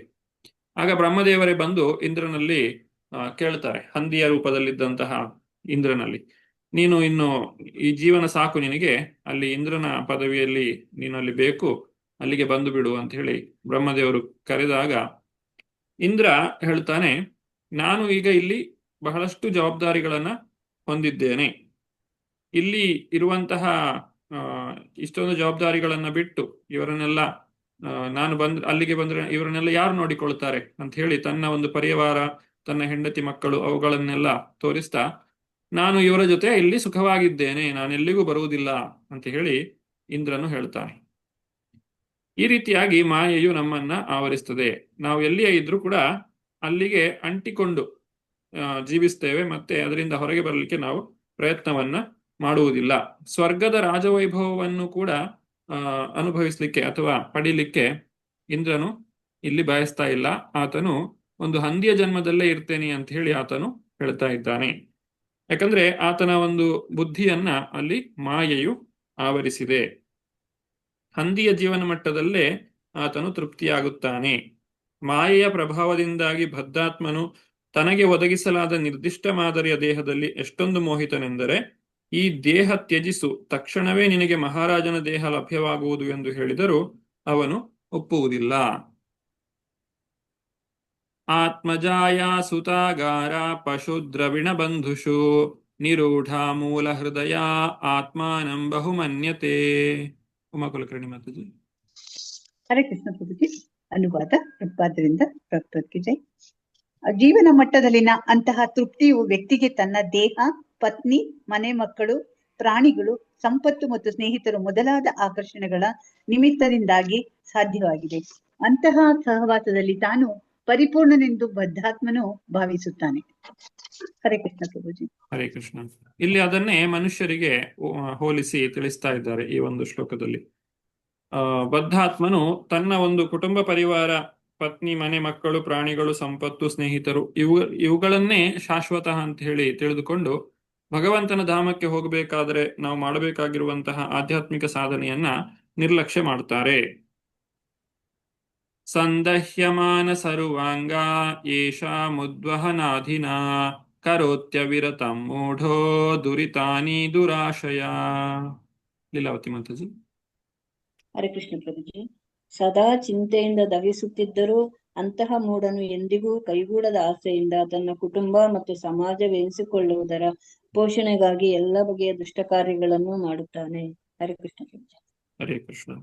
ಇಲ್ಲಿ ಯಾತಕ್ಕೋಸ್ಕರ ವ್ಯಕ್ತಿಯು ಅಷ್ಟೊಂದು ಕಷ್ಟಪಡ್ತಾ ಇದ್ದಾನೆ ಅಂತ ಹೇಳಿದ್ರೆ ಅವನಲ್ಲಿರುವಂತಹ ಆಸೆಗಳು, ಅದು ಕೈಗೂಡದೇ ಇರುವಂತಹ ಆಸೆಗಳು. ಒಂದು ಆಸೆಯು ಪೂರೈಸಿತು ಅಂತ ಹೇಳಿದ್ರೆ ಇನ್ನೊಂದು ಆಸೆಯು ಹುಟ್ಟಿಕೊಳ್ಳುತ್ತದೆ. ಹೀಗೆ ಅವುಗಳನ್ನೆಲ್ಲ ಪೂರೈಸಲಿಕ್ಕೆ ಸಾಧ್ಯ ಆಗುವುದಿಲ್ಲ. ಅಂತಹ ಆಸೆಗಳಿಂದಾಗಿ ವ್ಯಕ್ತಿಯು ದುಷ್ಟ ಕಾರ್ಯಗಳನ್ನ ಮಾಡ್ತಾನೆ, ತನ್ನ ಆಸೆಗಳನ್ನ ಪೂರೈಸಿಕೊಳ್ಳುವಂತಹ ಒಂದು ಉದ್ದೇಶಕ್ಕೋಸ್ಕರ. ಶ್ರೀಲ ಪ್ರಭುಪಾದರು ಭಾವಾರ್ಥದಲ್ಲಿ ತಿಳಿಸ್ತಾ ಇದ್ದಾರೆ, ಕೃಷ್ಣ ಲೋಕದಲ್ಲಿಯೂ ಕೂಡ ಕುಟುಂಬ, ಸ್ನೇಹಿತರು, ಸಮಾಜ, ತಂದೆ ತಾಯಿ ಎಲ್ಲರೂ ಇದ್ದಾರೆ. ಆದರೆ ಅವರೆಲ್ಲರೂ ಶಾಶ್ವತರು. ಇಲ್ಲಿನ ಸಂಬಂಧಗಳೆಲ್ಲ ಅಶಾಶ್ವತವಾದಂಥದ್ದು. ನಾವು ಶರೀರಗಳನ್ನು ಬದಲಾಯಿಸಿದಾಗ ಆ ಶರೀರದ ಮುಖಾಂತರವಾಗಿ ನಮಗೆ ಹೊಸ ಬಂಧು ಮಿತ್ರರು ದೊರಕ್ತಾ ಹೋಗ್ತಾರೆ. ಆದ್ರೆ ಯಾವಾಗ ನಾವು ಆಧ್ಯಾತ್ಮಿಕ ಪ್ರಪಂಚಕ್ಕೆ, ಕೃಷ್ಣ ಲೋಕಕ್ಕೆ, ವೈಕುಂಠಕ್ಕೆ ಹೋಗ್ತೇವೋ ಅಲ್ಲಿ ಶಾಶ್ವತವಾದಂತಹ ಸಂಬಂಧವನ್ನ ಹೊಂದಲಿಕ್ಕೆ ಸಾಧ್ಯವಾಗ್ತದೆ. ಇಲ್ಲ ಅಂತ ಹೇಳಿದ್ರೆ ನಾವು ದೇವತೆಗಳ ಕುಟುಂಬದಲ್ಲಿ ಅಥವಾ ಪ್ರಾಣಿಗಳ ಕುಟುಂಬದಲ್ಲಿ, ನಾಯಿಗಳು, ಈ ರೀತಿಯಾಗಿ ಬೇರೆ ಬೇರೆ ರೀತಿಯಾದಂತಹ ಪ್ರಾಣಿ ಪಕ್ಷಿ ಜೀವಜಂತುಗಳ ಕುಟುಂಬಗಳಲ್ಲಿ ನಾವು ಜನ್ಮವನ್ನ ತಾಳ್ತಾ ಇರಬೇಕಾಗ್ತದೆ. 8ನೇ ಶ್ಲೋಕ. ಆಕ್ಷಿಪ್ತಾತ್ಮೇಂದ್ರಿಯ ಸ್ತ್ರೀಣಾಂ ಅಸತೀನಾಂ ಚ ಮಾಯಯಾ ರಹೋರಚಿತಯಾಲಾಪೈ ಶಿಶೂನಾಂ ಕಲಭಾಷಿಣಾಂ. ಚಂದ್ರಿಕಾ ಮಾತಾಜಿ. ಹರೇ ಕೃಷ್ಣ ಪ್ರಭುಜಿ. ಅವನು ಮಾಯೆಯಿಂದ ತನ್ನನ್ನು ಮೋಹಿಸುವ ಸ್ತ್ರೀಯರಿಗೆ ತನ್ನ ಹೃದಯ ಮತ್ತು ಇಂದ್ರಿಯಗಳನ್ನು ನೀಡುತ್ತಾನೆ. ಅವನು ಏಕಾಂತದಲ್ಲಿ ಅವಳೊಡನೆ ಮಾತನಾಡಿ ಅವಳನ್ನು ಆಲಂಗಿಸಿಕೊಳ್ಳುತ್ತಾನೆ ಮತ್ತು ಮಕ್ಕಳ ಮಧುರ ನುಡಿಗಳಿಂದ ಆನಂದ ಪಡುತ್ತಾನೆ. ಹರೇ ಕೃಷ್ಣ ಪ್ರಭು. ಹರೇ ಕೃಷ್ಣ. ಇಲ್ಲಿ ಗೃಹಸ್ಥ ಮತ್ತೆ ಗೃಹಮೇಧಿಯ ಒಂದು ವ್ಯತ್ಯಾಸವನ್ನ ಶ್ರೀಲ ಪ್ರಭುಪಾದರು ಭಾವಾರ್ಥದಲ್ಲಿ ತಿಳಿಸ್ತಾರೆ. ಗೃಹಸ್ಥ ಅನ್ನುವಂಥದ್ದು ಒಂದು ಆಶ್ರಮ. ಹೇಗೆ ಬ್ರಹ್ಮಚರ್ಯ ಆಶ್ರಮ, ವಾನಪ್ರಸ್ಥಾಶ್ರಮ, ಸನ್ಯಾಸಾಶ್ರಮ ಇದೆಯೋ ಹಾಗೆ ಗೃಹಸ್ಥ ಆಶ್ರಮವು ಕೂಡ ಒಂದು ಆಶ್ರಮವಾಗಿದೆ. ಆಶ್ರಮ ಅಂತ ಹೇಳಿದ್ರೆ ಆಧ್ಯಾತ್ಮಿಕ ಸಾಧನೆಗೆ ಇರುವಂತಹ, ಪೂರಕವಾಗುವಂತಹ ವಾತಾವರಣ ಇರುವಂತಹ ಸ್ಥಳ. ಆದ್ರೆ ಗೃಹ ಮೇಧಿ ಅಂತ ಹೇಳಿದ್ರೆ ಯಾರು ತನ್ನ ಗೃಹವನ್ನ ನೋಡಿಕೊಳ್ಳುವುದೇ ತನ್ನ ಜೀವನದ ಉದ್ದೇಶ ಅಂತ ಹೇಳಿ ತಿಳ್ಕೊಂಡು ಆಧ್ಯಾತ್ಮದ ಜೀವನವನ್ನ ಸಂಪೂರ್ಣವಾಗಿ ಮರೆತು ಬಿಡ್ತಾರೋ ಅವರನ್ನ ಗೃಹಮೇಧಿಗಳು ಅಂತೇಳಿ ಇಲ್ಲಿ ಹೇಳಿರುವಂತದ್ದು. ಹಾಗೆ ಇಲ್ಲಿ ಗೃಹಮೇಧಿಗಳ ಒಂದು ವಿವರಣೆಯನ್ನ ಕೊಡ್ತಾ ಇದ್ದಾರೆ. ಹೇಗೆ ಗೃಹಮೇಧಿಗಳು ಸಂಸಾರ ಜೀವನದಲ್ಲೇ ಸಂತೋಷವನ್ನ ಹುಡುಕ್ತಾ ತಮ್ಮ ಜೀವನವನ್ನ ವ್ಯರ್ಥವಾಗಿ ಕಳೆಯುತ್ತಾರೆ ಅನ್ನುವಂಥದ್ದು. 9ನೇ ಶ್ಲೋಕ. ಗೃಹೇಶು ಕೂಟಧರ್ಮೇಶು ದುಃಖತಂತ್ರೇಷ್ವತಂದ್ರಿತ ಕುರುವನ್ ದುಃಖ ಪ್ರತೀಕಾರಂ ಸುಖವನ್ ಮಾನ್ಯತೆ ಗೃಹೀ. ಉಮಾಕುಲಕರ್ಣಿ ಮಾತಾಜಿ. ಹರೇ ಕೃಷ್ಣ ಪ್ರಭುಜಿ. ಕೃಷ್ಣ. ಎಸ್ ಮಾತಾಜಿ. ಪ್ರಭುಜಿ 9 ಅಲ್ಲ? 9. ಹೌದು. ಹರೇ ಕೃಷ್ಣ. ಅನುವಾದ ಪ್ರಭುಪಾದಕ್ಕೆ ಜೈ. ಆಕರ್ಷಿತನಾದ ಗೃಹಸ್ಥನು ತಂತ್ರ ಮತ್ತು ರಾಜಕಾರಣ ಭರಿತವಾದ ಕುಟುಂಬ ಜೀವನದಲ್ಲೇ ಉಳಿಯುತ್ತಾನೆ. ಸದಾ ಕಷ್ಟಕ್ಲೇಶಗಳನ್ನು ಹರಡುತ್ತಾ ಇಂದ್ರಿಯ ತೃಪ್ತಿ ಕಾರ್ಯಗಳಿಂದ ನಿಯಂತ್ರಿತನಾಗಿ ಸಕಲ ಕಷ್ಟ ಕ್ಲೇಶಗಳಿಗೆ ಪ್ರತೀಕಾರ ಮಾಡುವ ಕಾರ್ಯದಲ್ಲಿ ನಿರತನಾಗುತ್ತಾನೆ. ಅಂತ ಕಷ್ಟ ಕ್ಲೇಶಗಳನ್ನು ಯಶಸ್ವಿಯಾಗಿ ಎದುರಿಸುವುದು ಸಾಧ್ಯವಾದಾಗ ತಾನು ಸುಖಿ ಎಂದು ಭಾವಿಸುತ್ತಾನೆ. ಹರೇ ಕೃಷ್ಣ ಪ್ರಭುಜಿ. ಹರೇ ಕೃಷ್ಣ. ಭೌತಿಕ ಸಂತೋಷ, ಸುಖ ಅಂತ ಹೇಳಿದ್ರೆ ಏನು? ಇಲ್ಲಿ ದುಃಖ ಇಲ್ಲದೆ ಇರುವಂತಹ ಸ್ಥಿತಿಯನ್ನ ಸುಖ ಅಂತ ಹೇಳಿ ತಿಳ್ಕೊಂಡಿರುವಂತಹದ್ದು. ಒಬ್ಬ ಮನುಷ್ಯನನ್ನ ಶಿಕ್ಷೆಯ ರೂಪದಲ್ಲಿ ಅವನನ್ನ ನೀರಿನಲ್ಲಿ ಮುಳುಗಿಸಿದಾಗ ಅವನಿಗೆ ಉಸಿರಾಡ್ಲಿಕ್ಕೆ ಕಷ್ಟ ಆಗ್ತದೆ. ಆದರೆ ಸ್ವಲ್ಪ ಸಮಯದ ನಂತರ ಅವನಿಗೆ ಉಸಿರಾಡ್ಲಿಕ್ಕೋಸ್ಕರ ಅವನನ್ನು ನೀರಿನಿಂದ ಸ್ವಲ್ಪ ಮೇಲೆ ಎತ್ತುತ್ತಾರೆ. ಆಗ ಅವನು ತಿಳ್ಕೊಳ್ತಾನೆ, ನಾನು ತುಂಬಾ ಸುಖಿಯಾಗಿದ್ದೇನೆ ಅಂತೇಳಿ. ಅಂದ್ರೆ ಈಗ ಒಬ್ಬ ಕೈದಿಗೆ ಶಿಕ್ಷೆಯನ್ನು ವಿಧಿಸಲಾಗಿದೆ, ನೀರಿನಲ್ಲಿ ಅವನನ್ನ ಮುಳುಗಿಸಿ ಅವನಿಗೆ ಹಿಂಸೆ ಮಾಡಬೇಕು ಅಂತೇಳಿ. ಹಾಗೆ ಅವನು ಸಾಯ್ಲಿಕ್ಕೂ ಬಿಡಬಾರ್ದು, ಬದುಕಲಿಕ್ಕೂ ಬಿಡುವುದಿಲ್ಲ, ಆ ರೀತಿಯಾದಂತಹ ಶಿಕ್ಷೆ. ಹಾಗೆ ಆ ಶಿಕ್ಷೆಯ ಮಧ್ಯದಲ್ಲಿ ಅವನಿಗೆ ಸ್ವಲ್ಪ ಉಸಿರಾಡ್ಲಿಕ್ಕೆ ಅವಕಾಶವನ್ನು ಕೊಡ್ತಾರೆ, ಮತ್ತೆ ನೀರಿನಲ್ಲಿ ಮುಳುಗಿಸ್ತಾರೆ. ಹಾಗೆ ಈ ಸಂಸಾರದಲ್ಲಿ ಕಷ್ಟಗಳು ಒಂದಾದ ನಂತರ ಒಂದು ಬರ್ತಾನೆ ಇರ್ತದೆ. ಆದ್ರೆ ಅದು ಎರಡು ಕಷ್ಟಗಳ ನಡುವೆ ಒಂದು ಸ್ವಲ್ಪ ವಿರಾಮ ಏನು ಸಿಗ್ತದೆ, ಅದನ್ನ ನಾವು ಸಂತೋಷ ಅಂತ ಹೇಳಿ ತಿಳ್ಕೊಳ್ತೇವೆ. ಅಷ್ಟು ಆ ಒಂದು ಸಮಯದ ಅವಕಾಶದಲ್ಲಿ ನಾವು ಈಗ ಸುಖವಾಗಿದ್ದೇವೆ ಅಂತ ಹೇಳಿ ತಿಳ್ಕೊಂಡಿರ್ತೇವೆ. ಆದ್ರೆ ನಿಜವಾದಂತಹ ಸುಖ ಅದು ಬೇರೆ ಕಡೆ ಇದೆ. ಅದು ಈ ಒಂದು ಭೌತಿಕವಾದಂತಹ ವಸ್ತುಗಳಲ್ಲಿ ಇರುವುದಿಲ್ಲ. ಯಾಕಂದ್ರೆ ಶ್ರೀಕೃಷ್ಣನೇ ಹೇಳಿದ್ದಾನೆ, ದುಃಖಾಲಯಂ ಅಶಾಶ್ವತಂ, ಈ ಪ್ರಪಂಚ ದುಃಖಾಲಯವಾಗಿದೆ, ಅಶಾಶ್ವತವಾಗಿದೆ. ಆ ಒಂದು ಉತ್ತಮವಾದಂತಹ ಸಂತೋಷ ಅಥವಾ ಆನಂದವನ್ನು ನಾವು ಇಂದ್ರಿಯಗಳಿಂದ ಪಡೆಯಲಿಕ್ಕೆ ಸಾಧ್ಯ ಇಲ್ಲ. ಭೌತಿಕವಾದಂತಹ ಇಂದ್ರಿಯಗಳಿಗೆ ಅದು ದೊರಕುವುದಿಲ್ಲ. 10ನೇ ಶ್ಲೋಕ. ಅರ್ಥೈರಾಪಾದಿತೈರ್ಗುರ್ವ್ಯಾ ಹಿಂಸಯೇತಸ್ತಶ್ಚೇತಾನ್ ಪುಷ್ಣಾತಿ ಯೇಷಾಂ ಪೋಷೇಣ ಶೇಷಭುಕ್ಯಾತ್ಯಧಾ ಸ್ವಯಂ. ಲೀಲಾವತಿ ಮಾತಾಜಿ. ಹರೇ ಕೃಷ್ಣ ಪ್ರಭುಜಿ. ಅವನು ಅಲ್ಲಿ ಇಲ್ಲಿ ಹಿಂಸೆ ಮಾಡಿ ಹಣ ಸಂಗ್ರಹಿಸುತ್ತಾನೆ. ಅದನ್ನು ತನ್ನ ಕುಟುಂಬದ ಉಪಯೋಗಕ್ಕೆ ತೊಡಗಿಸಿದರೂ ಹಾಗೆ ತಾನು ಕೊಂಡು ತಂದ ಆಹಾರದಲ್ಲಿ ಅತ್ಯಲ್ಪ ಭಾಗವನ್ನು ಮಾತ್ರ ಭುಜಿಸುತ್ತಾನೆ. ಮತ್ತು ಯಾರ ಸಲುವಾಗಿ ಅಕ್ರಮ ಮಾರ್ಗದಿಂದ ಹಣ ಗಳಿಸಿದನೋ ಅವರಿಂದಾಗಿಯೇ ನರಕಕ್ಕೆ ಹೋಗುತ್ತಾನೆ. ಹರೇ ಕೃಷ್ಣ ಪ್ರಭುಜಿ. ಹರೇ ಕೃಷ್ಣ. ಜೀವನದಲ್ಲಿ ಸಂತೋಷವನ್ನು ಪಡಿಬೇಕು ಅಥವಾ ಸಂಸಾರವನ್ನು ತೂಗಿಸಬೇಕು ಅನ್ನುವಂತಹ ಉದ್ದೇಶದಿಂದ ವ್ಯಕ್ತಿಯು ಅಕ್ರಮವಾದಂತಹ ಮಾರ್ಗಗಳಿಂದ ಸಂಪತ್ತನ್ನ ಪಡೆದಾಗ ಏನಾಗ್ತದೆ, ಅವನು ಪಡೆದಂತಹ ಸಂಪತ್ತಿಗೆ ಅವನು ಶಿಕ್ಷೆಯನ್ನ ಪಡೆಯಬೇಕಾಗ್ತದೆ. ಅವನು ಮಾಡಿದಂತಹ ಪಾಪಗಳಿಗೆ ಅವನು ಯಾರಿಗೋಸ್ಕರ ಇದನ್ನೆಲ್ಲ ಮಾಡ್ತಾ ಇದ್ದಾನೆ, ಅವರು ಅವನ ಪಾಪಗಳನ್ನು ತೆಗೆದುಕೊಳ್ಳುವುದಿಲ್ಲ. ಆದ್ರೆ ಆ ವ್ಯಕ್ತಿಯೇ ಈ ಎಲ್ಲ ಕಷ್ಟಗಳಿಗೆ ಒಂದು ಶಿಕ್ಷೆಯನ್ನ ಅನುಭವಿಸಬೇಕಾಗುತ್ತದೆ. 11ನೇ ಶ್ಲೋಕ. ವಾರ್ತಾಯಾಂ ಲುಪ್ಯಮಾನಾಯಾಂ ಆರಬ್ಧಾಯಾಂ ಪುನಃ ಪುನಃ ಲೋಭಾಭಿಭೂತೋ ನಿಸ್ಸತ್ವಾ ಪರಾರ್ಥೇ ಕುರುತೆ ಸ್ಪೃಹಾಂ. ಚಂದ್ರಿಕಾ ಮಾತಾಜಿ. ಹರೇ ಕೃಷ್ಣ ಪ್ರಭುಜಿ. ಅವನು ತನ್ನ ವೃತ್ತಿಯಲ್ಲಿ ಸೋಲು ಅನುಭವಿಸಿದಾಗ ಸುಧಾರಿಸಿಕೊಳ್ಳಲು ಮತ್ತೆ ಮತ್ತೆ ಪ್ರಯತ್ನಿಸುತ್ತಾನೆ. ಈ ಎಲ್ಲಾ ಪ್ರಯತ್ನಗಳು ವ್ಯರ್ಥವಾಗಿ ಭಗ್ನವಾದಾಗ ಅತಿ ಲೋಭದಿಂದಾಗಿ ಪರರಿಂದ ಹಣ ಸ್ವೀಕರಿಸುತ್ತಾನೆ. ಹರೇ ಕೃಷ್ಣ ಪ್ರಭುಜಿ. ಹರೇ ಕೃಷ್ಣ. ಒಂದು ಕಡೆ ಸೋಲಾಯ್ತು ಅಂತ ಹೇಳಿ ಮತ್ತೆ ಇನ್ನೊಂದು ಕಡೆ ಪ್ರಯತ್ನ ಪಡುವಂತಹದ್ದು. ಅದು ಸೋಲಾದಾಗ ತನ್ನಲ್ಲಿರುವಂತಹ ಎಲ್ಲ ಸಂಪತ್ತು ಕಳೆದು ಹೋದ ಮೇಲೆ ಮತ್ತೆ ಬೇರೆಯವರ ಜೊತೆ ಸಾಲವನ್ನು ಪಡೆಯುವಂತಹದ್ದು. ಈ ರೀತಿ ಹಣವನ್ನ ಮತ್ತೆ ಹಿಂದಿರುಗಿಸ್ಲಿಕ್ಕೆ ಸಾಧ್ಯವಾಗದೇ ಇದ್ದಾಗ ಮತ್ತೆ ಅಕ್ರಮವಾದಂತಹ ರೀತಿಯಿಂದ ಹಣವನ್ನ ಪಡೆಯುವಂತಹದ್ದು. ಇದೆಲ್ಲವೂ ಕೂಡ ಯಾವಾಗ ನಡೀತದೆ ಅಂತ ಹೇಳಿದ್ರೆ, ಅತಿಯಾದಂತಹ ಆಸೆಗಳು, ತನ್ನ ಸಂಪಾದನೆಯಲ್ಲಿ ಎಷ್ಟು ಬರ್ತದೋ ಅದರಲ್ಲ ಆತನು ತೃಪ್ತನಾಗಿರದೆ ಹೆಚ್ಚಿನ ಒಂದು ವಸ್ತುಗಳನ್ನ ಪಡಿಬೇಕು ಅನ್ನುವಂತಹ ದುರಾಸೆಯಿಂದ ಈ ರೀತಿಯಾದಂತಹ ಕಷ್ಟಗಳಿಗೆ ವ್ಯಕ್ತಿಯು ಸಿಲುಕಿಕೊಳ್ಳುತ್ತಾನೆ. 12ನೇ ಶ್ಲೋಕ. ಕುಟುಂಬ ಭರಣ ಕಲ್ಪೋ ಮಂದ ಭಾಗ್ಯೋ ವ್ಯಥೋದ್ಯಮ ಶ್ರಿಯಾ ವಿಹೀನ ಕೃಪಣೋ ಧ್ಯಾಯನ್ ಶ್ವಸಿತಿ ಮೂಢಧೀ. ಸಂಧ್ಯಾ ಮಾತಾಜಿ. ಹರೇ ಕೃಷ್ಣ ಪ್ರಭುಜಿ. ಹೀಗೆ ನಿರ್ಭಾಗ್ಯನಾದ ವ್ಯಕ್ತಿಯು ತನ್ನ ಕುಟುಂಬ ನಿರ್ವಹಣೆಯಲ್ಲಿ ವಿಫಲನಾಗಿ ಸಕಲ ಸೌಂದರ್ಯವನ್ನು ಕಳೆದುಕೊಳ್ಳುತ್ತಾನೆ. ಸದಾ ತನ್ನ ವೈಫಲ್ಯಗಳನ್ನು ಕುರಿತು ಚಿಂತಿಸುತ್ತಾ ಘೋರವಾಗಿ ದುಃಖಿಸುತ್ತಾನೆ. ಹರೇ ಕೃಷ್ಣ. ಹರೇ ಕೃಷ್ಣ ಮಾತಾಜಿ. ಯಾರು ಭಕ್ತಿಯನ್ನ ಮಾಡ್ತಾ ಇದ್ದಾರೋ ಅವರು ಈ ರೀತಿಯಾಗಿ ಇರುವುದಿಲ್ಲ. ಇದು ಭೌತಿಕವಾದಿ ಐಹಿಕವಾದಿಯ ಜೀವನವನ್ನ ಇಲ್ಲಿ ತಿಳಿಸ್ತಾ ಇರುವಂತಹದ್ದು. ಈ ಒಂದು ಕಲಿಯುಗ ಯಾವ ರೀತಿಯಾಗಿರ್ತದೆ ಅಂತ ಹೇಳಿದ್ರೆ, ಕಲಿಯುಗದಲ್ಲಿ ಒಬ್ಬ ವ್ಯಕ್ತಿ ತನ್ನ ಕುಟುಂಬವನ್ನ ಸರಿಯಾಗಿ ನೋಡಿಕೊಳ್ಳಿಕ್ಕೆ ಸಾಧ್ಯವಾದ್ರೆ ಅದೇ ಒಂದು ದೊಡ್ಡ ಸಾಧನೆ ಅಂತ ಹೇಳಿ ಹೇಳ್ತಾರೆ. ಯಾಕಂದ್ರೆ ಅಷ್ಟೊಂದು ಕಷ್ಟಗಳು ಇಲ್ಲಿ ಇರ್ತವೆ. ಅಂತಹ ಕುಟುಂಬ ನಿರ್ವಹಣೆಯಲ್ಲಿ ವಿಫಲನಾದಂತಹ ವ್ಯಕ್ತಿಯು ತನ್ನ ಎಲ್ಲ ಸಂತೋಷವನ್ನು ಕೂಡ ಕಳೆದುಕೊಂಡು ದುಃಖಿಸುತ್ತಾನೆ.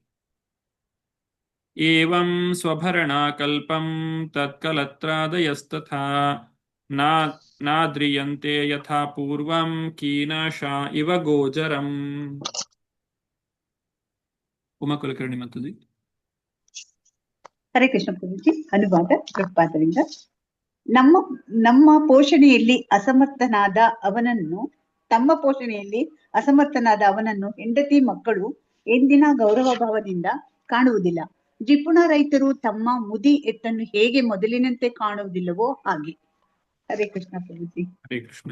ಈತನು ಜೀವನ ಪೂರ್ತಿ ಕಷ್ಟಪಟ್ಟು ಯಾರಿಗೋಸ್ಕರ ದುಡಿದಿದ್ದಾನೋ ಅವರೇ ಅವನನ್ನ ಅನಾದರದಿಂದ ಕಾಣ್ತಾರೆ.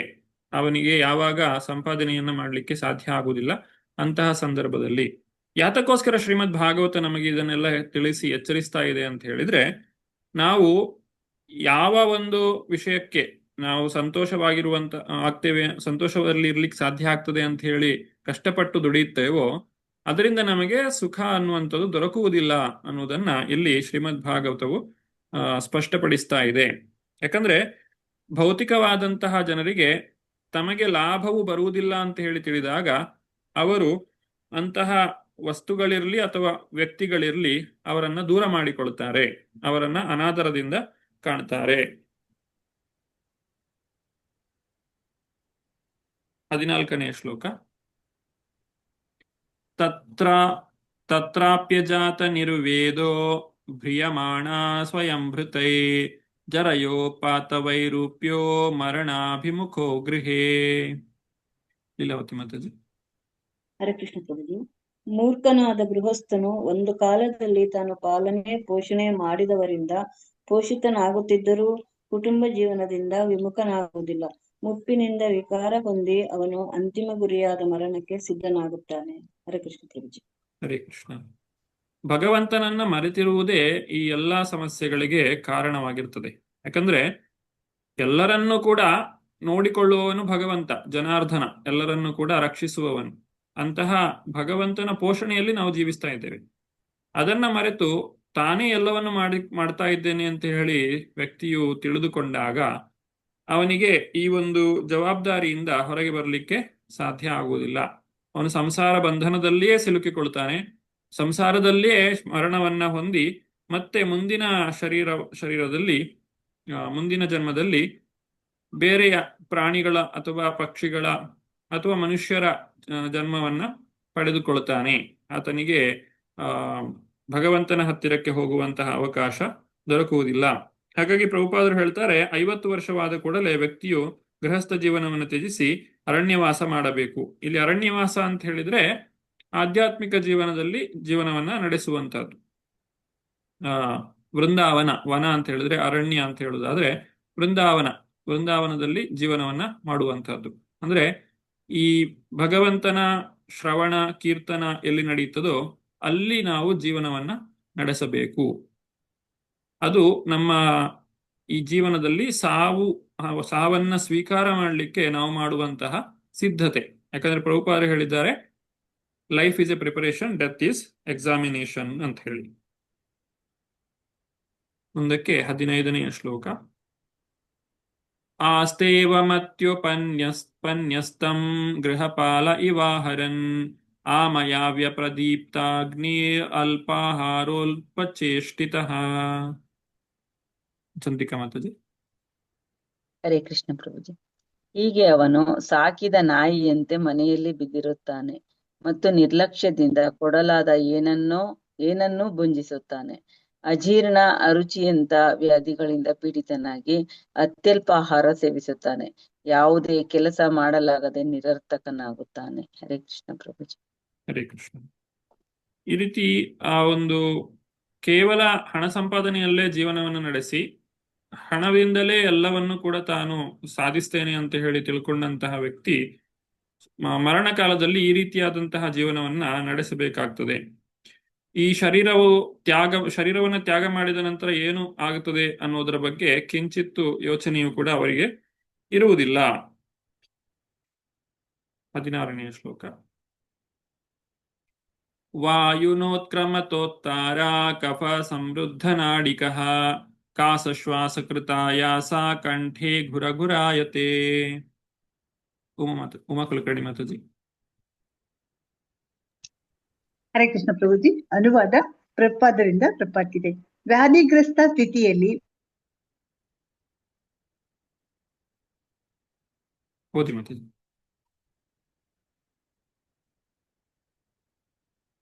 ಉಸಿರು ಎಳೆದುಕೊಳ್ಳುವಾಗ ಅವನು ಉಸಿರು ಬಿಡುವಾಗ ಗುರುಗುರು ಎಂದು ಗಂಟಲಲ್ಲಿ ಗುಗ್ಗುರು ದನಿ ಮಾಡುತ್ತಾನೆ.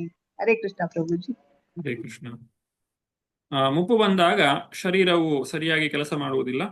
ಇಲ್ಲಿ ಉಸಿರಾಟದ ತೊಂದರೆಯ ಬಗ್ಗೆ ತಿಳಿಸ್ತಾ ಇದ್ದಾರೆ. ಉಸಿರಾಡುವಾಗ ಆ ಕಫದಿಂದಾಗಿ ಗುರಗುರ ಅನ್ನುವಂತಹ ಶಬ್ದವು ಬರ್ತದೆ. ಸರಿಯಾಗಿ ಕಣ್ಣು ಕಾಣುವುದಿಲ್ಲ, ಕಿವಿ ಕೇಳುವುದಿಲ್ಲ, ಉಸಿರಾಟವು ಕಷ್ಟವಾಗ್ತದೆ. ಅಂತಹ ಒಂದು ಸ್ಥಿತಿಯಲ್ಲಿ ವ್ಯಕ್ತಿಯು ಜೀವನವನ್ನ ಮಾಡ್ತಾ ಇದ್ದಾನೆ. ಶಯಾನ ಪರಿಶೋಚದ್ಭಿ ಪರಿವೀತ ಸ್ವಬಂಧುಭಿ ವಾಚ್ಯಮಾನೋಪಿ ನ ಭೃತೆ ಕಾಲಪಾಶವಶಂ ಗತಃ. ಸಂಧ್ಯಾ ಮಾತಾಜಿ. ಹರೇ ಕೃಷ್ಣ ಪ್ರಭುಜಿ. ಈ ರೀತಿ ಅವನು ಮರಣಪಾಶದಲ್ಲಿ ಸಿಕ್ಕಿ ಬೀಳುತ್ತಾನೆ. ಮಲಗಿದ ಅವನನ್ನು ಶೋಕತಪ್ತ ಬಂಧು ಮಿತ್ರರು ಸುತ್ತುವರಿಯುತ್ತಾರೆ. ಅವರೊಡನೆ ಅವನು ಮಾತನಾಡ ಬಯಸಿದರೂ ಅವನು ಕಾಲವಶನಾಗಿ ಇರುವುದರಿಂದ ಅದು ಸಾಧ್ಯವಾಗದು. ಹರೇ ಕೃಷ್ಣ. ಹರೇ ಕೃಷ್ಣ. ಈ ಶರೀರವು ಆರೋಗ್ಯಯುತವಾಗಿರುವಾಗ ನಾವು ಎಷ್ಟು ಸಾಧ್ಯವಾಗ್ತದೋ ಅಷ್ಟು ಭಕ್ತಿಯನ್ನ ಮಾಡಬೇಕು. ಮರಣವು ಸನ್ನಿಹಿತವಾದಾಗ ನಮಗೆ ಜಪ ಮಾಡುವಂತಹದ್ದು ಅಥವಾ ಕೀರ್ತನೆಯಲ್ಲಿ ಭಾಗವಹಿಸುವಂತಹದ್ದು ಅಥವಾ ಯಾವುದು ತೀರ್ಥಯಾತ್ರೆಗೆ ಹೋಗುವಂಥದ್ದು, ಇದು ಯಾವುದು ಕೂಡ ಸಾಧ್ಯ ಆಗುವುದಿಲ್ಲ. ಹಾಗಾಗಿ ಈ ಒಂದು ಜೀವನ, ಈ ಒಂದು ಶರೀರ ಎಷ್ಟು ಆರೋಗ್ಯಯುತವಾಗಿರ್ತದೋ ಆಗಲೇ ನಾವು ಈ ಭಗವಂತನ ಭಕ್ತಿ ಸೇವೆಯನ್ನ ಮಾಡಬೇಕು. ಕೌಮಾರ ಆರ್ಚರೇತ್ ಪ್ರಾಜ್ಞೋ ಧರ್ಮಾನ್ ಭಾಗವತಾನಿಹ.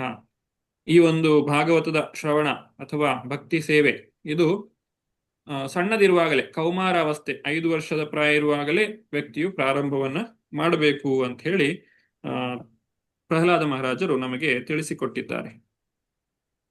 ಏವಂ ಕುಟುಂಬ ಭರಣೆ ವ್ಯಾಪೃತಾತ್ಮಯ ಜಿತೇಂದ್ರಿಯ ಮ್ರಿಯತೆ ರುದತಾಂ ಸ್ವಾನಾಮುರುವೇದನಯಾಸ್ತಧೀ. ಲೀಲಾವತಿ ಮಾತಾಜಿ. ಹರೇ ಕೃಷ್ಣ ಪ್ರಭುಜಿ. ಹೀಗೆ ಒಂದು ಕುಟುಂಬದ ನಿರ್ವಹಣೆಯಲ್ಲಿ ಅನಿಯಂತ್ರಿತ ಇಂದ್ರಿಯಾಸಕ್ತಿಗಳಿಂದ ಕಾರ್ಯನಿರತನಾದ ವ್ಯಕ್ತಿಯು ಬಂಧುಗಳು ರೋಧಿಸುತ್ತಿರುವುದನ್ನು ಕಂಡು ಅತೀವ ದುಃಖದಿಂದ ಮರಣ ಹೊಂದುತ್ತಾನೆ. ಅವನು ಅತ್ಯಂತ ಶೋಚನೀಯ ಸ್ಥಿತಿಯಲ್ಲಿ ಬಲುವೇದನೆಯಿಂದ ಪ್ರಜ್ಞಾಹೀನನಾಗಿ ಸಾವನ್ನಪ್ಪುತ್ತಾನೆ. ಹರೇ ಕೃಷ್ಣ ಪ್ರಭುಜಿ. ಹರೇ ಕೃಷ್ಣ. ಈ ರೀತಿ ವ್ಯಕ್ತಿಯು ತನ್ನ ಶರೀರವನ್ನ ತ್ಯಾಗ ಮಾಡ್ತಾನೆ. ಈ ಮನುಷ್ಯ ಜನ್ಮ ಬಂದ ಮೇಲೆ ಪ್ರಾಣಿಗಳಂತೆ ಜೀವನವನ್ನು ನಡೆಸಿ, ಯಾಕಂದ್ರೆ ಪ್ರಾಣಿಗಳು ಕೂಡ ತಮ್ಮ ಆಹಾರ ನಿದ್ರಾ ಭಯಮೈಥುನದಲ್ಲಿ ತೊಡಗಿರುತ್ತಾರೆ. ತಾವು ಹೇಗೆ ಆಹಾರವನ್ನ ಸ್ವೀಕರಿಸಬೇಕು ಅಥವಾ ಎಲ್ಲಿ ಒಂದು ಉತ್ತಮವಾದಂತಹ ಸ್ಥಳವನ್ನ, ಸುರಕ್ಷಿತವಾದಂತಹ ಸ್ಥಳವನ್ನ ಕಂಡುಕೊಳ್ಳಬೇಕು, ಹೇಗೆ ತಮ್ಮನ್ನು ತಾವು ರಕ್ಷಿಸಿಕೊಳ್ಳಬೇಕು, ಇದೆಲ್ಲವೂ ಪ್ರಾಣಿಗಳಿಗೂ ಕೂಡ ಗೊತ್ತಿದೆ. ಅವುಗಳು ಕೂಡ ಗುಹೆಗಳಲ್ಲಿ ಅಥವಾ ಗೂಡುಗಳಲ್ಲಿ ಜೀವಿಸುವಂತಹದ್ದನ್ನು ನಾವು ಕಾಣ್ತೇವೆ. ಆದ್ರೆ ಮನುಷ್ಯನಾಗಿ ನೀನು ಏನು ವಿಶೇಷವಾಗಿ ಮಾಡಿದ್ದೀಯಾ ಅನ್ನುವುದನ್ನ ಕೇಳಿದ್ರೆ ಅದಕ್ಕೆ ಇಂತಹ ಭೌತಿಕವಾದಿಗಳಲ್ಲಿ ಯಾವುದೇ ಉತ್ತರವು ಇರುವುದಿಲ್ಲ. ಮರಣ ಸಮಯದಲ್ಲಿ ಯಮದೂತರ ಆಗಮನವಾಗ್ತದೆ. ನಾವು ಅಜಾಮಿಳನ ಒಂದು ವಿಚಾರವನ್ನ ಇಲ್ಲಿ ನೆನಪು ಮಾಡಿಕೊಳ್ಳಬಹುದು. ಹೇಗೆ ಅಜಾಮಿಳ ಮರಣ ಕಾಲದಲ್ಲಿ, ಮರಣವು ಸನ್ನಿಹಿತವಾದಾಗ ಆ ಒಂದು ಯಮದೂತರು ಬಂದು ಅವನ ಪ್ರಾಣವನ್ನ ಎಳೆಯುತ್ತಾರೆ ಅಥವಾ ಜೀವಾತ್ಮನನ್ನ ಶರೀರದಿಂದ ಪ್ರತ್ಯೇಕಿಸ್ತಾರೆ ಅನ್ನುವುದನ್ನ ನಾವು ಮುಂದಕ್ಕೆ ಕೂಡ ತಿಳಿದುಕೊಳ್ಳಿಕ್ಕಿದ್ದೇವೆ. ಈ ಹಿಂದೆಯೂ ಕೂಡ ಅದರ ಬಗ್ಗೆ ಕೇಳಿದ್ದೇವೆ. ಅಂತಹ ಯಮದೂತರು ಬಂದು ಅವನ ಶರೀರದಿಂದ ಬೇರ್ಪಡಿಸ್ತಾರೆ.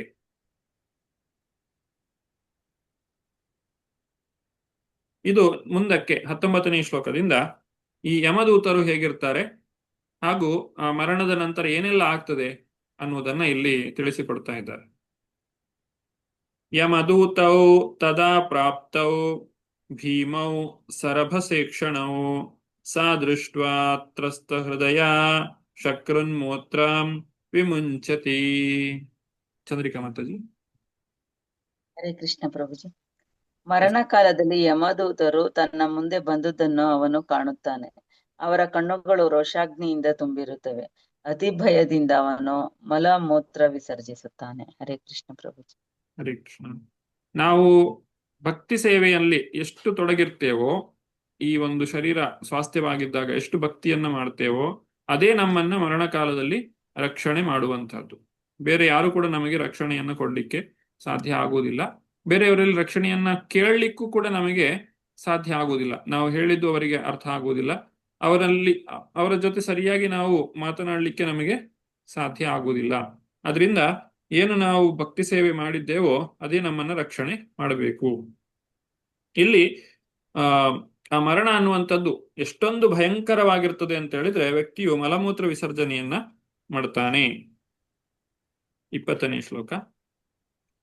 ಯಾತನಾ ದೇಹ ಆವೃತ್ಯ ಪಾಶೈರ್ಬದ್ಧ್ವಾಗಲೇ ಬಲಾತ್ ನಯತೋ ದೀರ್ಘಮಧ್ವಾನಂ ದಂಡ್ಯಂ ರಾಜಭಟ ಯಥಾ. ಉಮಾ ಕುಲಕರ್ಣಿ ಮಾತಾಜಿ. ಹರೇ ಕೃಷ್ಣ ಪ್ರಭುಜಿ. ಅನುವಾದ ಪ್ರಪಾದಿಂದ ಪ್ರಪಾದಿದೆ. ಸರ್ಕಾರದ ಪೊಲೀಸರು ಅಪರಾಧಿ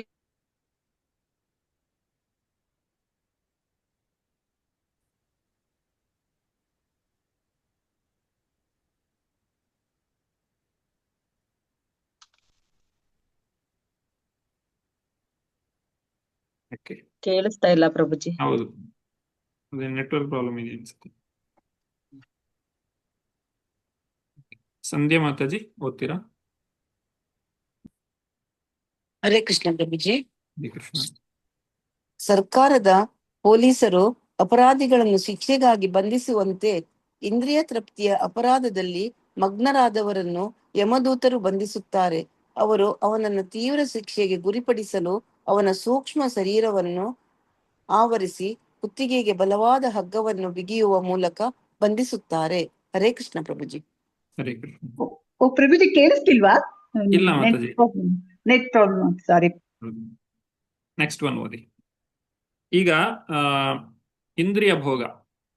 ಈ ಪ್ರಪಂಚದಲ್ಲಿ ನಾವು ಏನನ್ನೇ ಅನುಭವಿಸಿದ್ರು ನಮ್ಮ ಸ್ವಾರ್ಥಕ್ಕೋಸ್ಕರ ಅಥವಾ ನಮ್ಮ ಸಂತೋಷಕ್ಕೋಸ್ಕರ ಅದಕ್ಕೆ ಶಿಕ್ಷೆ ಇರ್ತದೆ. ಯಾಕಂದ್ರೆ ಇಲ್ಲಿ ಯಾವುದು ಕೂಡ ನಮಗೆ ಸೇರಿದ್ದಲ್ಲ. ಹೇಗೆ ನಾವು ಒಂದು ದೇಶದಲ್ಲಿ ಜೀವನವನ್ನ ಮಾಡಬೇಕು ಅಂತ ಹೇಳಿದ್ರೆ ಅದಕ್ಕೆ ಒಂದು ತೆರಿಗೆ ಅಂತ ಹೇಳಿ ನಾವು ಕಟ್ತೇವೆ. ಅಥವಾ ಯಾವುದೇ ಒಂದು ವಸ್ತುವನ್ನ ನಾವು ಪಡಿಬೇಕು ಅಂತ ಹೇಳಿದ್ರೆ ಅದಕ್ಕೊಂದು ಬೆಲೆಯನ್ನ ತೆರಬೇಕಾಗ್ತದೆ. ಬೆಲೆಯನ್ನ ತೆರದೆ ಅದನ್ನ ಯಾರು ಪಡೀತಾರೋ ಅದು ಕಳ್ಳತನ ಅಂತ ಆಗ್ತದೆ. ಹಾಗೆ ಈ ಪ್ರಪಂಚದಲ್ಲಿ ನಾವು ಭಗವಂತನಿಗೆ ಅರ್ಪಿಸದೆ ಏನನ್ನೆಲ್ಲ ಪಡೀಲಿಕ್ಕೆ ಪ್ರಯತ್ನಿಸ್ತೇವೋ ಅದೆಲ್ಲದಕ್ಕೂ ಕೂಡ ಈ ಭೌತಿಕ ಪ್ರಕೃತಿಯು ನಮಗೆ ಶಿಕ್ಷೆಯನ್ನ ನೀಡ್ತದೆ. ಇಲ್ಲಿ ಯಾರು ಅಪರಾಧಿಗಳು, ಪೊಲೀಸರು ಅಪರಾಧಿಗಳನ್ನ ಬಂಧಿಸುವಂತೆ ಈ ಒಂದು ಬದ್ಧಾತ್ಮನನ್ನ ಯಮದೂತರು ಬಂಧಿಸ್ತಾರೆ. ಯಾಕಂದ್ರೆ ಅವನು ಮಾಡಿದಂತ ತಪ್ಪು ಯಾವುದು? ಇಂದ್ರಿಯ ತೃಪ್ತಿಗಾಗಿ, ಇಂದ್ರಿಯ ತೃಪ್ತಿಯ ಅಪರಾಧವನ್ನ ಅವನು ಮಾಡಿದ್ದಾನೆ. ಅವನ ಕುತ್ತಿಗೆಗೆ ಒಂದು ಬಲವಾದಂತಹ ಹಗ್ಗವನ್ನ ಬಿಗಿಯುತ್ತಾರೆ. ಅವನನ್ನ ಬಂಧಿಸಿಕೊಂಡು ಕರೆದುಕೊಂಡು ಹೋಗ್ತಾರೆ. ಭಗವದ್ಗೀತೆಯಲ್ಲಿ ನಾವು ತಿಳ್ಕೊಂಡಿದ್ದೇವೆ, ನಮ್ಮ ಈ ಶರೀರ, ಇಲ್ಲಿ ಸ್ಥೂಲ ಶರೀರ ಮತ್ತೆ ಸೂಕ್ಷ್ಮ ಶರೀರ ಅಂತಿದೆ. ಈ ಸ್ಥೂಲ ಶರೀರವನ್ನ ನಾವು ಬಿಟ್ಟು ಬಿಡ್ತೇವೆ. ಇಲ್ಲೇ ಮಣ್ಣು, ನೀರು, ಗಾಳಿ, ಬೆಂಕಿ, ಆಕಾಶ ಪಂಚಮಹಾಭೂತಗಳಿಂದ ಆಗಿರುವಂಥದ್ದು. ಇನ್ನು ಮನಸ್ಸು, ಬುದ್ಧಿ, ಅಹಂಕಾರದಿಂದ ಆಗಿರುವ ಸೂಕ್ಷ್ಮ ಶರೀರದ ಜೊತೆಗೆ ಆ ಯಮದೂತರು ಈ ಜೀವಾತ್ಮನನ್ನ ಕರೆದುಕೊಂಡು ಹೋಗ್ತಾರೆ. ಹಾಗೆ ಕರೆದುಕೊಂಡು ಹೋಗುವಾಗ ಆ ದಾರಿಯಲ್ಲಿ ನಡೆಯುವಂತಹ ಕಷ್ಟಗಳು, ಅವನು ಅನುಭವಿಸುವಂತಹ ಕಷ್ಟಗಳು ಯಾವುದು ಅನ್ನೋದನ್ನ ಮುಂದಿನ ಶ್ಲೋಕದಲ್ಲಿ ತಿಳಿಸ್ತಾ ಇದ್ದಾರೆ. ತಯೋರ್ನಿಭಿನ್ನ ಹೃದಯ ಸ್ತರ್ಜನೈರ್ಜಾತವೇಪಥು ಪಥೀಶ್ವಭಿಭಕ್ಷಣ್ಮಾಣ ಆರ್ತೋಘಂ ಸ್ವಮನುಸ್ಮರನ್. ಉಮಾ ಕುಲಕರ್ಣಿ ಮಾತಾಜಿ. ಹರೇ ಕೃಷ್ಣ ಪ್ರಭುಜಿ. ಅನುವಾದ ಪ್ರಪಾದಿಂದ ಪ್ರಪಾದಿದೆ. ಯಮದೂತರು ಕೊಂಡೊಯ್ಯುವಾಗ ಅವನು ಅತಿಯಾಗಿ ಬಳಲಿ ಅವರ ಕೈಗಳಲ್ಲಿ ಕಂಪಿಸುತ್ತಾನೆ. ಹಾದಿಯಲ್ಲಿ ನಾಯಿಗಳು ಅವನನ್ನು ಕಚ್ಚುತ್ತವೆ. ಅವನು ತನ್ನ ಜೀವನದ ಪಾಪಕಾರ್ಯಗಳನ್ನು ಜ್ಞಾಪಿಸಿಕೊಳ್ಳುತ್ತಾನೆ. ಹೀಗೆ ಅವನು ಭಯಂಕರವಾದ ವ್ಯಾಕುಲತೆಗೆ ಗುರಿಯಾಗುತ್ತಾನೆ. ಹರೇ ಕೃಷ್ಣ ಪ್ರಭುಜಿ. ಹರೇ ಕೃಷ್ಣ. ಒಬ್ಬ ಅಪರಾಧಿಯನ್ನ ಪೊಲೀಸರು ಕರೆದುಕೊಂಡು ಹೋಗುವಾಗ ಅವನನ್ನ ತುಂಬಾ ಮರ್ಯಾದೆಯಿಂದ ಕರೆದುಕೊಂಡು ಹೋಗುವುದಿಲ್ಲ. ಆ ದಾರಿಯಲ್ಲಿ ಹೋಗುವಾಗ್ಲೂ ಕೂಡ ಅವನಿಗೆ ಒಂದು ರೀತಿಯಾದಂತಹ ಅವಮಾನ ಅಥವಾ ಶಿಕ್ಷೆ ಅಂತ ಹೇಳಿ ಕೊಡ್ತಾರೆ. ಹಾಗೆ ಇಲ್ಲಿಯೂ ಕೂಡ ಆ ಒಂದು ಜೀವಾತ್ಮನನ್ನ ಕರೆದುಕೊಂಡು ಹೋಗುವಂತಹ ದಾರಿಯಲ್ಲಿ ಅವನು ಬಹಳಷ್ಟು ಕಷ್ಟಗಳನ್ನ ಅನುಭವಿಸಬೇಕಾಗ್ತದೆ. ಅಲ್ಲಿ ಬೊಗಳುವ ಹಾಗೂ ಕಚ್ಚುವ ನಾಯಿಗಳಿವೆ. ಅವುಗಳು ಇಂದ್ರಿಯ ತೃಪ್ತಿಯನ್ನ ಮಾಡಿದಂತಹ ಆ ಪಾಪ ಕಾರ್ಯಗಳನ್ನ ಅವನಿಗೆ ನೆನಪು ಮಾಡಿಕೊಳ್ಳುತ್ತದೆ. ಹೀಗೆ ಅವನು ತನ್ನೆಲ್ಲ ಪಾಪ ಕಾರ್ಯಗಳನ್ನ ಜ್ಞಾಪಿಸಿಕೊಳ್ಳುತ್ತಾನೆ, ಬಹಳಷ್ಟು ವ್ಯಾಕುಲತೆಗೆ ಒಳಗಾಗುತ್ತಾನೆ. ಯಾರು ಇಂದ್ರಿಯ ತೃಪ್ತಿಯಲ್ಲಿ ತೊಡಗಿರ್ತಾರೋ ಅವರು ಆಧ್ಯಾತ್ಮಿಕ ವಿಚಾರಗಳ ಕುರಿತಾಗಿ ಅಂಧರಾಗಿರುತ್ತಾರೆ. ಆದ್ರಿಂದ ಇಂತಹ ಪರಿಸ್ಥಿತಿಯನ್ನ ಅವರು ಅನುಭವಿಸಬೇಕಾಗುತ್ತದೆ. ಮುಂದಕ್ಕೆ 22ನೆಯ ಶ್ಲೋಕ.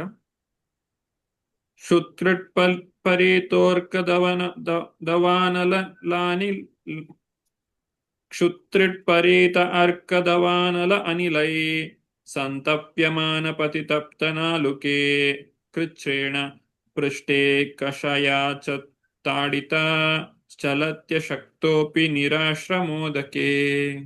ಲೀಲಾವತಿ ಮಾತಾಜಿ. ಹರೇ ಕೃಷ್ಣ ಪ್ರಭುಜಿ. ಸುಡು ಬಿಸಿಲಿನಲ್ಲಿ ಪಾತಕಿಯು ಎಡಬಲದಲ್ಲಿ ಹೊತ್ತಿ ಹುರಿಯುತ್ತಿರುವ ಕಾಳ್ಗಿಚ್ಚಿನ ನಡುವೆ ಬಿಸಿ ಮರಳಿನ ಮೇಲೆ ಹಾದಿ ಕ್ರಮಿಸಬೇಕಾಗುತ್ತದೆ. ನಡೆಯಲು ಅಸಮರ್ಥನಾದಾಗ ಯಮದೂತರು ಅವನ ಬೆನ್ನ ಮೇಲೆ ಚಡಿಯಿಂದ ಹೊಡೆಯುತ್ತಾರೆ. ಅವನು ಹಸಿವು ಬಾಯಾರಿಕೆಗಳಿಂದ ಬಳಲುತ್ತಾನೆ. ಆದರೆ ದುರದೃಷ್ಟವಶಾತ್ ಮಾರ್ಗ ಮಧ್ಯದಲ್ಲಿ ಕುಡಿಯಲು ನೀರು ದೊರೆಯುವುದಿಲ್ಲ. ಆಯಾಸ ಪರಿಹರಿಸಿಕೊಳ್ಳಲು ಆಶ್ರಯ ತಾಣವಿಲ್ಲ. ಹರೇ ಕೃಷ್ಣ ಪ್ರಭುಜಿ. ಹರೇ ಕೃಷ್ಣ. ಇದು ಒಂದು ಜೀವಾತ್ಮನ ಪರಿಸ್ಥಿತಿಯಾಗಿರುತ್ತದೆ. ಈಗ ನಮಗೊಂದು ಪ್ರಶ್ನೆ ಬರ್ಬೋದು, ನಾವು ಇಲ್ಲಿ ಏನೇ ಸಂಪಾದನೆ ಅಕ್ರಮವಾಗಿ ಸಂಪಾದನೆ ಮಾಡಿದಾಗ ಅದನ್ನ ಮರಣದ ನಂತರ ಇಲ್ಲೇ ಬಿಟ್ಟು ಹೋಗ್ತೇವೆ, ಮತ್ತೆ ಅದಕ್ಕೆ ಶಿಕ್ಷೆ ಯಾಕೆ ಅಂತ ಹೇಳಿ. ನಾವು ಈ ನಮ್ಮ ಜೀವನದಲ್ಲಿ ಹೀಗೆ ಪೊಲೀಸರು ಕಳ್ಳರನ್ನು ಯಾವ ರೀತಿಯಾಗಿ ನಡೆಸಿಕೊಳ್ತಾರೆ ಅನ್ನೋದನ್ನು ನೋಡಿದಾಗ ನಮಗಿದು ಸರಿಯಾಗಿ ಸ್ಪಷ್ಟವಾಗಿ ಅರ್ಥ ಆಗ್ತದೆ. ಯಾರಾದ್ರೂ ಒಬ್ಬರು ಕಾಳಸಂತೆಯಲ್ಲಿ ಅಥವಾ ಅಕ್ರಮವಾಗಿ ಹಣವನ್ನ ಪಡೆದರೆ, ಸ್ವೀಕರಿಸಿದರೆ, ಸಂಪಾದನೆ ಮಾಡಿದರೆ ಅದನ್ನ ಸರ್ಕಾರವು ವಶಪಡಿಸಿಕೊಂಡ ಮೇಲೂ ಕೂಡ ಅವನನ್ನ ಜೈಲಿಗೆ ಹಾಕ್ತದೆ, ಅವನು ಮಾಡಿದಂತಹ ಕಾರ್ಯಕ್ಕಾಗಿ.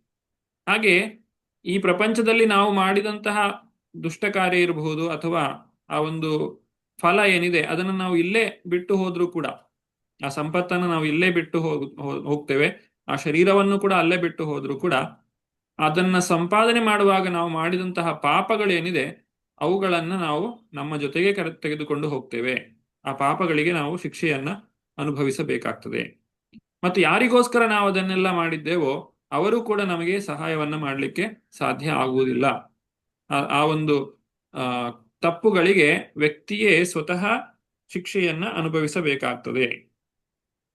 ತತ್ರ ತತ್ರ ಪತಚ್ರಾಂತೋ ಮೂರ್ಛಿತ ಪುನರುತ್ಥಿತ ತಥಾ ಪಾಪೀಯಸ ನೀತ ಸ್ತರಸ ಯಮ ಸಾಧನಂ. ಚಂದ್ರಿಕಾ ಮಾತಾಜಿ. ಹರೇ ಕೃಷ್ಣ ಪ್ರಭುಜಿ. ಯಮಲೋಕಕ್ಕೆ ಹೋಗುವ ಆ ಮಾರ್ಗದಲ್ಲಿ ಅವನು ಬಳಲಿ ಬೆಂಡಾಗಿ ಕುಸಿದು ಬಿಡುತ್ತಾನೆ. ಕೆಲವೊಮ್ಮೆ ಪ್ರಜ್ಞಾಹೀನನಾಗುತ್ತಾನೆ. ಆದರೆ ಅವನನ್ನು ಬಲವಂತದಿಂದ ಎಬ್ಬಿಸಿ ನಿಲ್ಲಿಸಲಾಗುತ್ತದೆ. ಈ ರೀತಿಯಾಗಿ ಅವನನ್ನು ಅತಿ ಶೀಘ್ರದಲ್ಲಿ ಯಮರಾಜನ ಮುಂದೆ ಕರೆತರಲಾಗುತ್ತದೆ. ಹರೇ ಕೃಷ್ಣ ಪ್ರಭುಜಿ. ಹರೇ ಕೃಷ್ಣ. ಈ ಸಮಯದಲ್ಲಿ ಜೀವಿಯು ಯಾತನಾ ಶರೀರವನ್ನ ಪಡೆದಿರ್ತಾನೆ. ಹಾಗಾಗಿ ಎಷ್ಟೇ ಯಾತನೆಯನ್ನ ಕೊಟ್ಟರು ಕೂಡ ಅವನಿಗೆ ಏನು ಆಗುವುದಿಲ್ಲ. ಈಗ ನಾವಿಲ್ಲಿ ಚಿತ್ರದಲ್ಲಿ ಕಾಣ್ತೇವೆ, ಒಂದು ಪ್ರಾಣಿ ಆ ವ್ಯಕ್ತಿಯ ಕರುಳನ್ನ ಸೀಳಿ ಬಗೆಯುತ್ತಾ ಇದೆ, ಒಂದು ಪಕ್ಷಿಯು ಕೂಡ. ಆದ್ರೂ ಕೂಡ ಅವನಿಗೆ ಸಾವು ಬರುವುದಿಲ್ಲ. ಯಾಕಂದ್ರೆ ಸಾವು ಅಂತ ಹೇಳಿದ್ರೆ ಈ ಭೌತಿಕ ಶರೀರವನ್ನ ತ್ಯಜಿಸುವಂತಹದ್ದು. ಆದ್ರೆ ಅವನು ಈಗಾಗಲೇ ಭೌತಿಕ ಶರೀರವನ್ನು ತ್ಯಜಿಸಿ ಆಗಿದೆ. ಹಾಗಾಗಿ ಮತ್ತೆ ಆ ಯಾತನಾ ಶರೀರದಲ್ಲಿ ಅವನಿಗೆ ಏನೇ ಮಾಡಿದ್ರು ಕೂಡ, ಅವನನ್ನು ತುಂಡಾಗಿ ಕತ್ತರಿಸಿದ್ರು ಕೂಡ ಮತ್ತೆ ಅವನಿಗೆ ಅಲ್ಲಿ ಸಾವು ಅನ್ನುವಂಥದ್ದು ಇರುವುದಿಲ್ಲ. ಕೇವಲ ಯಾತನೆ ಮಾತ್ರ ಇರ್ತದೆ. ಈ ಒಂದು ಪ್ರಯಾಣ ಹೇಗಿರ್ತದೆ ಅನ್ನುವುದನ್ನ ಮುಂದಿನ 24ನೇ ಶ್ಲೋಕದಲ್ಲಿ ವಿವರಿಸ್ತಾ ಇದ್ದಾರೆ. ಯೋಜನಾನಾಂ ಸಹಸ್ರಾಣಿ ನವತಿಂ ನವಚಾಧ್ವನ ತ್ರಿಭಿಮುಹೂರ್ತ್ಯದ್ವೈರ್ಭ್ಯಾಂ ವಾನೀತಾ ಪ್ರಾಪ್ನೋತಿ ಯಾತನಾ. ಸಂಧ್ಯಾ ಮಾತಾಜಿ. ಹರೇ ಕೃಷ್ಣ. ಹೀಗೆ ಅವನು 2 ಅಥವಾ 3 ಕ್ಷಣಗಳಲ್ಲಿ 99,000 ಯೋಜನೆಗಳನ್ನು ಕ್ರಮಿಸಬೇಕಾಗುತ್ತದೆ. ಅನಂತರ ಕ್ಷಣವೇ ಅವನು ವಿಧಿಬದ್ಧವಾದ ಚಿತ್ರಹಿಂಸೆಗೆ ಒಳಗಾಗುತ್ತಾನೆ. ಹರೇ ಕೃಷ್ಣ ಪ್ರಭುಜಿ. ಹರೇ ಕೃಷ್ಣ. ಈ ನರಕ ಲೋಕಗಳು 14 ಲೋಕಗಳ ಕೆಳಗೆ ಇದೆ ಅಂತ ಹೇಳ್ತಾರೆ ನಾವು ಗೋಲೋಕ ಚಾರ್ಟ್ ನಲ್ಲಿ ನೋಡುವಾಗ. ಆ ಒಂದು ಸ್ಥಳಕ್ಕೆ ಕೆಲವೇ ಕ್ಷಣಗಳಲ್ಲಿ ವ್ಯಕ್ತಿಯು ಹೋಗ್ತಾನೆ. ಅಂದ್ರೆ ಅಷ್ಟು ವೇಗವಾಗಿ ಆ ಯಮದೂತರು ಅವನನ್ನ ಕರೆದುಕೊಂಡು ಹೋಗ್ತಾರೆ. 1 ಯೋಜನ ಅಂತ ಹೇಳಿದ್ರೆ 8 ಮೈಲು. ಹಾಗಾಗಿ ಇಲ್ಲಿ 99,000 ಯೋಜನ ಅಂತ ಹೇಳಿದ್ರೆ 7,92,000 ಮೈಲಿಗಳಷ್ಟು ಉದ್ದದ ರಸ್ತೆ ಅಂತ ಹೇಳಿ ಇಲ್ಲಿ ತಿಳಿಸ್ತಾ ಇದ್ದಾರೆ. ಅಷ್ಟೊಂದು ಜಾಗವನ್ನ ಕೆಲವು ಕ್ಷಣಗಳಲ್ಲಿ ಕ್ರಮಿಸಲಾಗ್ತದೆ. ಅಷ್ಟು ವೇಗವಾಗಿ ಕರೆದುಕೊಂಡು ಹೋಗ್ತಾರೆ. ಭೌತಿಕವಾದಂತಹ, ಈಗ ಆಧುನಿಕವಾದಂತಹ ವಿಮಾನಗಳು ಅಥವಾ ಬೇರೆ ಯಾವುದೇ ಪ್ರಯಾಣ ಮಾಡುವಂತಹ ಸಾಧನಗಳು ಇದ್ರೂ ಕೂಡ ಅವುಗಳು ಇಷ್ಟೊಂದು ವೇಗವಾಗಿ ಚಲಿಸಲಿಕ್ಕೆ ಸಾಧ್ಯ ಆಗುವುದಿಲ್ಲ. ಆದೀಪನಂ ಸ್ವಗಾತ್ರಾಣಂ ವೇಷ್ಟಯಿತ್ವೋನ್ಮುಖಾದಿಭಿ ಆತ್ಮ ಮಾಂಸಾದನಂ ಕ್ವಾಪಿ ಸ್ವಕೃತಂ ಪರತೋಪಿ ವಾ. ಉಮಾ ಕುಲಕರ್ಣಿ ಮಾತಾಜಿ. ಹರೇ ಕೃಷ್ಣ ಪ್ರಭುಜಿ. ಅನುವಾದ ಪ್ರಭುಪಾದರಿಂದ ಪ್ರಭುಪಾದ. ಅವನನ್ನು ಉರಿಯುತ್ತಿರುವ ಮರದ ದಿಮ್ಮಿಗಳ ಮಧ್ಯೆ ಇರಿಸಲಾಗುವುದು. ಅವನ ಅಂಗಾಂಗಗಳಿಗೆ ಬೆಂಕಿ ಹಚ್ಚಲಾಗುವುದು. ಕೆಲವೊಮ್ಮೆ ಅವನು ತನ್ನ ಮಾಂಸವನ್ನು ತಾನೇ ತಿನ್ನಬೇಕಾಗುವುದು ಅಥವಾ ಇತರರು ಅವನ ಮಾಂಸ ತಿನ್ನುವರು. ಹರೇ ಕೃಷ್ಣ ಪ್ರಭುಜಿ. ಹರೇ ಕೃಷ್ಣ. ನಾವು ಇಲ್ಲಿ ಜೀವನವನ್ನ ಮಾಡುವಾಗ ಯಾವ ರೀತಿಯಾದಂತಹ ಕಷ್ಟಗಳನ್ನ ಬೇರೆ ಜೀವಿಗಳಿಗೆ ಕೊಟ್ಟಿರ್ತೇವೋ ಅದೇ ರೀತಿಯಾದಂತಹ ಕಷ್ಟಗಳನ್ನ ನರಕದಲ್ಲಿ ಅನುಭವಿಸಬೇಕಾಗ್ತದೆ. ಬೇರೆ ಪ್ರಾಣಿಗಳನ್ನ ಆಹಾರವಾಗಿ ಸ್ವೀಕರಿಸಿದಾಗ ಅಥವಾ ಕೊಂದಾಗ ಅವುಗಳಿಗೆ ಆಗುವಂತಹ ನೋವು ಏನಿದೆ ಅದನ್ನ ನರಕದಲ್ಲಿ ವ್ಯಕ್ತಿಯು ಅನುಭವಿಸಬೇಕಾಗುತ್ತದೆ. ಅಥವಾ ಮದ್ಯಪಾನವನ್ನ ಮಾಡಿದಂತಹ ವ್ಯಕ್ತಿಗೆ ಕಾದ ಒಂದು ಕಬ್ಬಿಣದವನ್ನ ಅವರ ಬಾಯಿಗೆ ಹಾಕ್ತಾರೆ. ಅಥವಾ ಅನ್ಯ ಸ್ತ್ರೀಯ ಸಂಘವನ್ನ ಮಾಡಿದವರಿಗೆ ಒಂದು ಕಬ್ಬಿಣದ ಒಂದು ಕೆಂಪಗೆ ಕಾದಂತಹ ಕಬ್ಬಿಣದ ಮೂರ್ತಿಯನ್ನ ಅವರು ಆಲಂಗಿಸುವಂತೆ ಮಾಡ್ತಾರೆ. ಈ ರೀತಿ ಬೇರೆ ಬೇರೆ ರೀತಿಯಾದಂತಹ ಶಿಕ್ಷೆಗಳನ್ನ ಈ ಒಂದು ನರಕದಲ್ಲಿ ಅನುಭವಿಸಬೇಕಾಗ್ತದೆ. 5ನೇ ಸ್ಕಂದದಲ್ಲಿ ಮತ್ತೆ ಈ ಒಂದು ನರಕದ ವರ್ಣನೆಯನ್ನು ನಾವು ಕಾಣುತ್ತೇವೆ.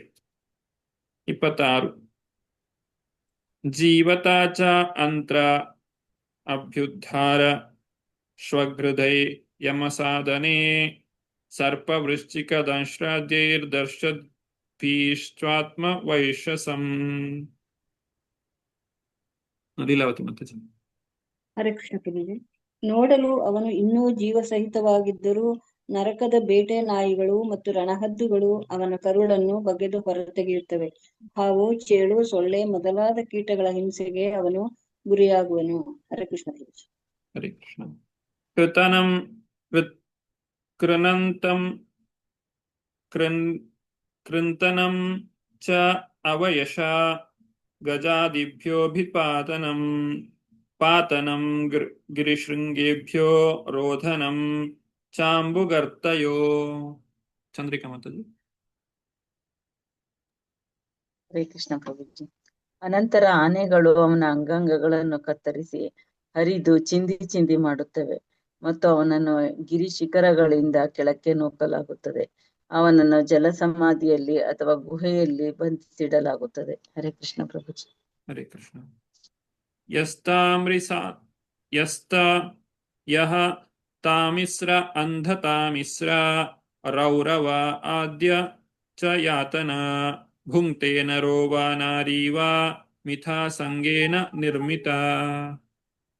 ಸಂಧ್ಯಾ ಮಾತಾಜಿ. ಹರೇ ಕೃಷ್ಣ ಪ್ರಭುಜಿ. ಯಾರ ಜೀವನವು ಅಕ್ರಮ ಲೈಂಗಿಕ ಸಂಬಂಧಗಳ ಮೇಲೆ ರೂಪುಗೊಂಡಿದೆಯೋ ಅಂತ ಪುರುಷರು ಮತ್ತು ಮಹಿಳೆಯರನ್ನು ತಾಮಿಸ್ರ, ಅಂಧತಾಮಿಸ್ರ ಮತ್ತು ರೌರವ ಎಂಬ ನರಕಗಳಲ್ಲಿ ನಾನಾ ಬಗೆಯ ಕ್ಲೇಶಕರ ರೀತಿಯಲ್ಲಿ ಇರಿಸಲಾಗುವುದು. ಹರೇ ಕೃಷ್ಣ ಪ್ರಭುಜಿ. ಹರೇ ಕೃಷ್ಣ. 29 ಅತ್ರೈವ ನರಕ ಸ್ವರ್ಗ ಇತಿ ಮಾತಾ ಪ್ರಚಕ್ಷತೆ ಯಾ ಯಾತನಾ ವೈ ನಾರಕ್ಯ ನಾರಕ್ಯಾಸ್ತ ಇಹ ಪಿಪಲಕ್ಷಿತ. ಉಮಾ ಕುಲಕರ್ಣಿ ಮಾತಾಜಿ. ಹರೇ ಕೃಷ್ಣ ಪ್ರಭುಜಿ. ಅನುವಾದ ಪ್ರಭುಪಾದಿಂದ ಪ್ರಭುಪಾದ್ಗಿದೆ. ಕಪಿಲರು ಮುಂದುವರಿಸಿ ಹೇಳಿದರು, ನನ್ನ ಪ್ರೀತಿಯ ತಾಯಿಯೇ, ಕೆಲವೊಮ್ಮೆ ನಾವು ಈ ಲೋಕದಲ್ಲೇ ಸ್ವರ್ಗ ಅಥವಾ ನರಕಗಳನ್ನ ಅನುಭವಿಸುತ್ತೇವೆ ಎಂದು ಹೇಳಲಾಗುತ್ತದೆ, ಏಕೆಂದರೆ ನರಕ ಸದೃಶ ಶಿಕ್ಷೆಗಳು ಈ ಲೋಕದಲ್ಲಿ ಕಂಡು ಬರುವುದುಂಟು. ಹರೇ ಕೃಷ್ಣ ಪ್ರಭುಜಿ. ಹರೇ ಕೃಷ್ಣ. ಈ ಭೌತಿಕ ಪ್ರಪಂಚದಲ್ಲಿರುವಾಗ ನಾವು ಈ ನರಕದ ಬಗ್ಗೆ ನಂಬಿಕೆ ಇರದೇ ಇರಬಹುದು, ಆದರೆ ನಮ್ಮ ಕಣ್ಣ ಮುಂದೆಯೇ ಕೆಲವೊಮ್ಮೆ ಈ ನರಕದ ಶಿಕ್ಷೆಗಳನ್ನ ಜನರು ಅನುಭವಿಸುವುದನ್ನ ಕಾಣ್ತೇವೆ. ನರಕದಲ್ಲಿ ವ್ಯಕ್ತಿಗೆ ಒಂದು ತರಬೇತಿಯನ್ನ ಕೊಡ್ತಾರೆ.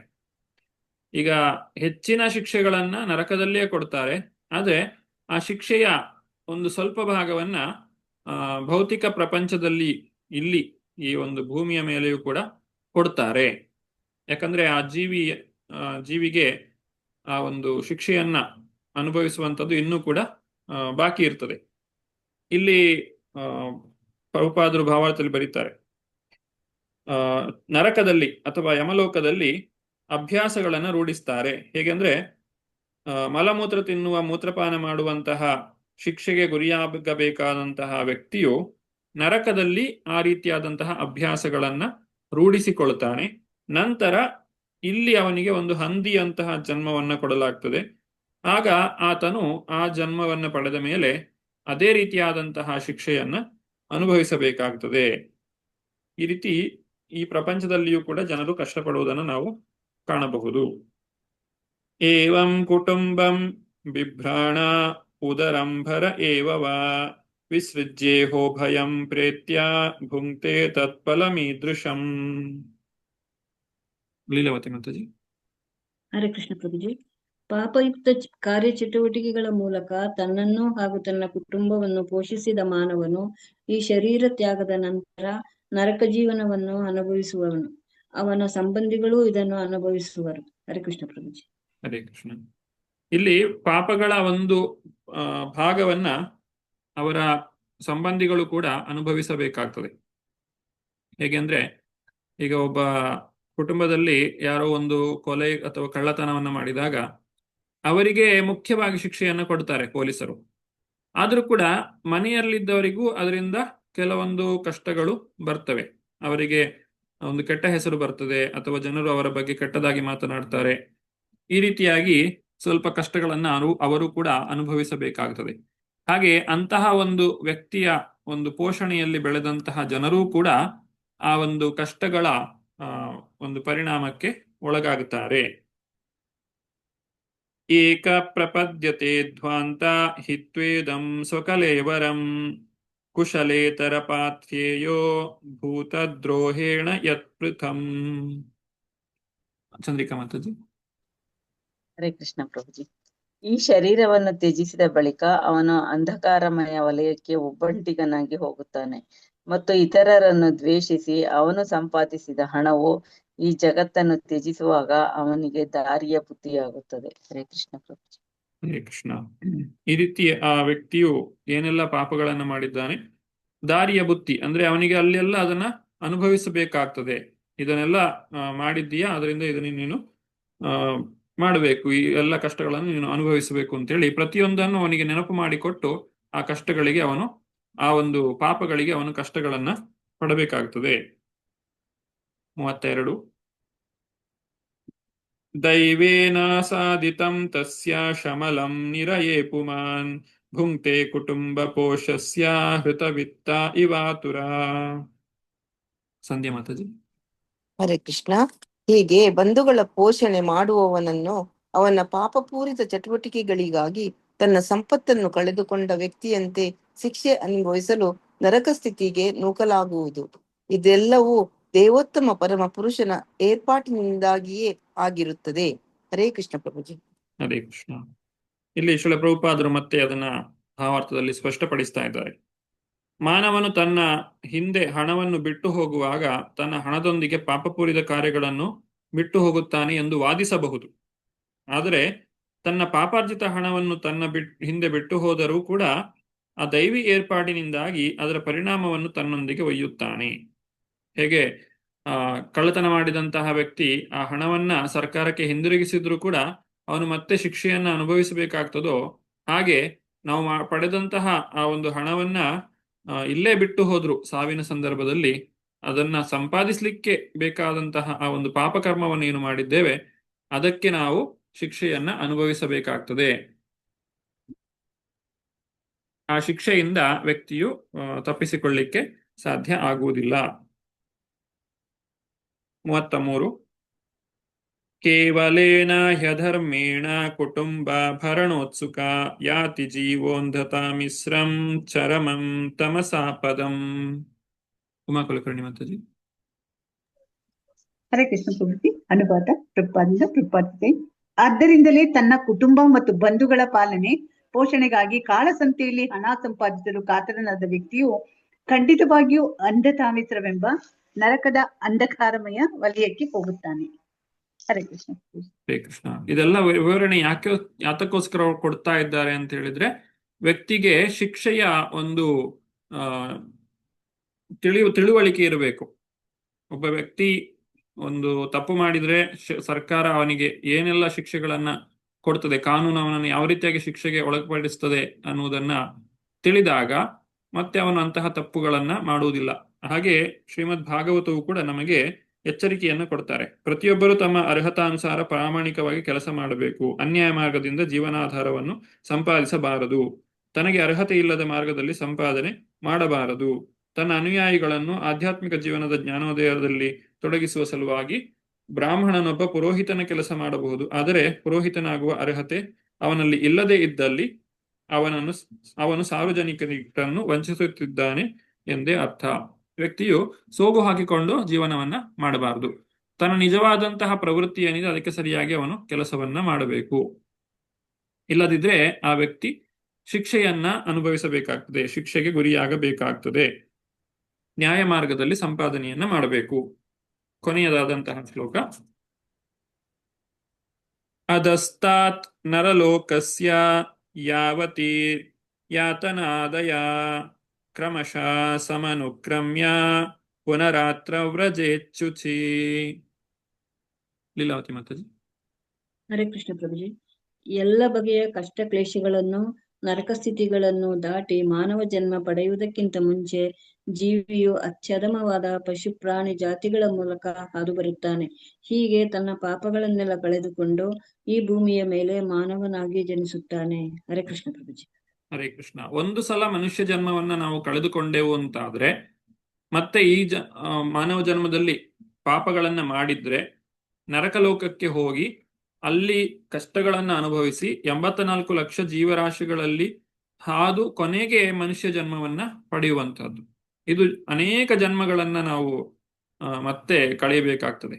ಸಾಮಾನ್ಯವಾಗಿ ಜೀವನ ಜಲಜಾನ ಅವಲಕ್ಷಾಣಿ. ಮೊದಲು ಜಲಚರ ಪ್ರಾಣಿಗಳಲ್ಲಿ ಶರೀರ ಉದುರುತ್ತದೆ, ಆಮೇಲೆ ಸ್ಥಾವರ ಲಕ್ಷವಿಂಶತಿ ಮರಗಿಡಗಳಾಗಿ ಹುಟ್ಟುತ್ತಾರೆ, ಆಮೇಲೆ ಕ್ರಮೇಯೋ ರುದ್ರ ಸಂಖ್ಯಕ ಕ್ರಿಮಿಗಳಾಗಿ ಹುಟ್ಟುತ್ತಾರೆ, ಪಕ್ಷಿಗಳಾಗಿ ಹುಟ್ಟುತ್ತಾರೆ, ಮತ್ತೆ ಪ್ರಾಣಿಗಳಾಗಿ ಹುಟ್ಟಿ ಆಮೇಲೆ ಮನುಷ್ಯ ಜನ್ಮವನ್ನ ತಾಳುವಂತಹದ್ದು. ಅಷ್ಟೊಂದು ಜನ್ಮಗಳನ್ನ ಮತ್ತೆ ಮನುಷ್ಯನು ಎತ್ತಿ ಅವುಗಳೆಲ್ಲ ಜನ್ಮಗಳಲ್ಲಿ ಕಷ್ಟಗಳನ್ನ ಅನುಭವಿಸಬೇಕಾಗುತ್ತದೆ. ಕೊನೆಗೆ ಆತನು ಅದೃಷ್ಟವಂತನಾಗಿದ್ರೆ ಅವನಿಗೆ ಮನುಷ್ಯ ಜನ್ಮವು ಮತ್ತೆ ದೊರಕುತ್ತದೆ. ಹಾಗೆ ಮನುಷ್ಯ ಜನ್ಮವನ್ನ ಅವನು ಪಡೆದಾಗ ತಾಯಿಯ ಗರ್ಭದಲ್ಲಿ ಹೇಗೆ ಆ ಒಂದು ಯಾತನೆಯನ್ನು ಅನುಭವಿಸ್ತಾನೆ ಅನ್ನುವಂಥದ್ದು ಮುಂದಿನ ಅಧ್ಯಾಯದಲ್ಲಿ ನಾವು ತಿಳಿದುಕೊಳ್ಳಿಕ್ಕೆ ಇರುವಂತಹದ್ದು. ಅಂದ್ರೆ ಈಗ ಸಾವಿನ ಭಯ ಮತ್ತು ಆ ಸಾವಿನ ಸಮಯದಲ್ಲಿ ಸಾವಿನ ನಂತರ ಪಡುವಂತಹ ಕಷ್ಟವನ್ನ ತಿಳಿದುಕೊಂಡಿದ್ದೇವೆ, ಮರಣದ ಕಷ್ಟಗಳನ್ನು ತಿಳ್ಕೊಂಡಿದ್ದೇವೆ. ಈಗ ಜನನದ ಕಷ್ಟಗಳು ಏನೆಲ್ಲ ಇದೆ, ಈ ಪ್ರತಿಯೊಂದು ಜನ್ಮದಲ್ಲಿಯೂ ಕೂಡ ಹೊಸ ಹೊಸ ಶರೀರಗಳನ್ನ ಸ್ವೀಕಾರ ಮಾಡುವಂತದ್ದೇನಿದೆ ಅದು ಎಷ್ಟೊಂದು ಭಯಂಕರವಾಗಿರ್ತದೆ ಅನ್ನೋದನ್ನ ನಾವು ಮುಂದಿನ ಒಂದು ಅಧ್ಯಾಯದಲ್ಲಿ 31ನೇ ಅಧ್ಯಾಯದಲ್ಲಿ ಜೀವಿಗಳ ಚಲನವಲನಗಳು ಅನ್ನುವಂತಹ ಅಧ್ಯಾಯದಲ್ಲಿ ತಿಳಿದುಕೊಳ್ಳಿಕ್ಕಿದ್ದೇವೆ. ಇಲ್ಲಿಗೆ ಇವತ್ತಿನ ತರಗತಿಗೆ ವಿರಾಮವನ್ನ ಕೊಡ್ತಾ ಇದ್ದೇನೆ. ಧನ್ಯವಾದಗಳು.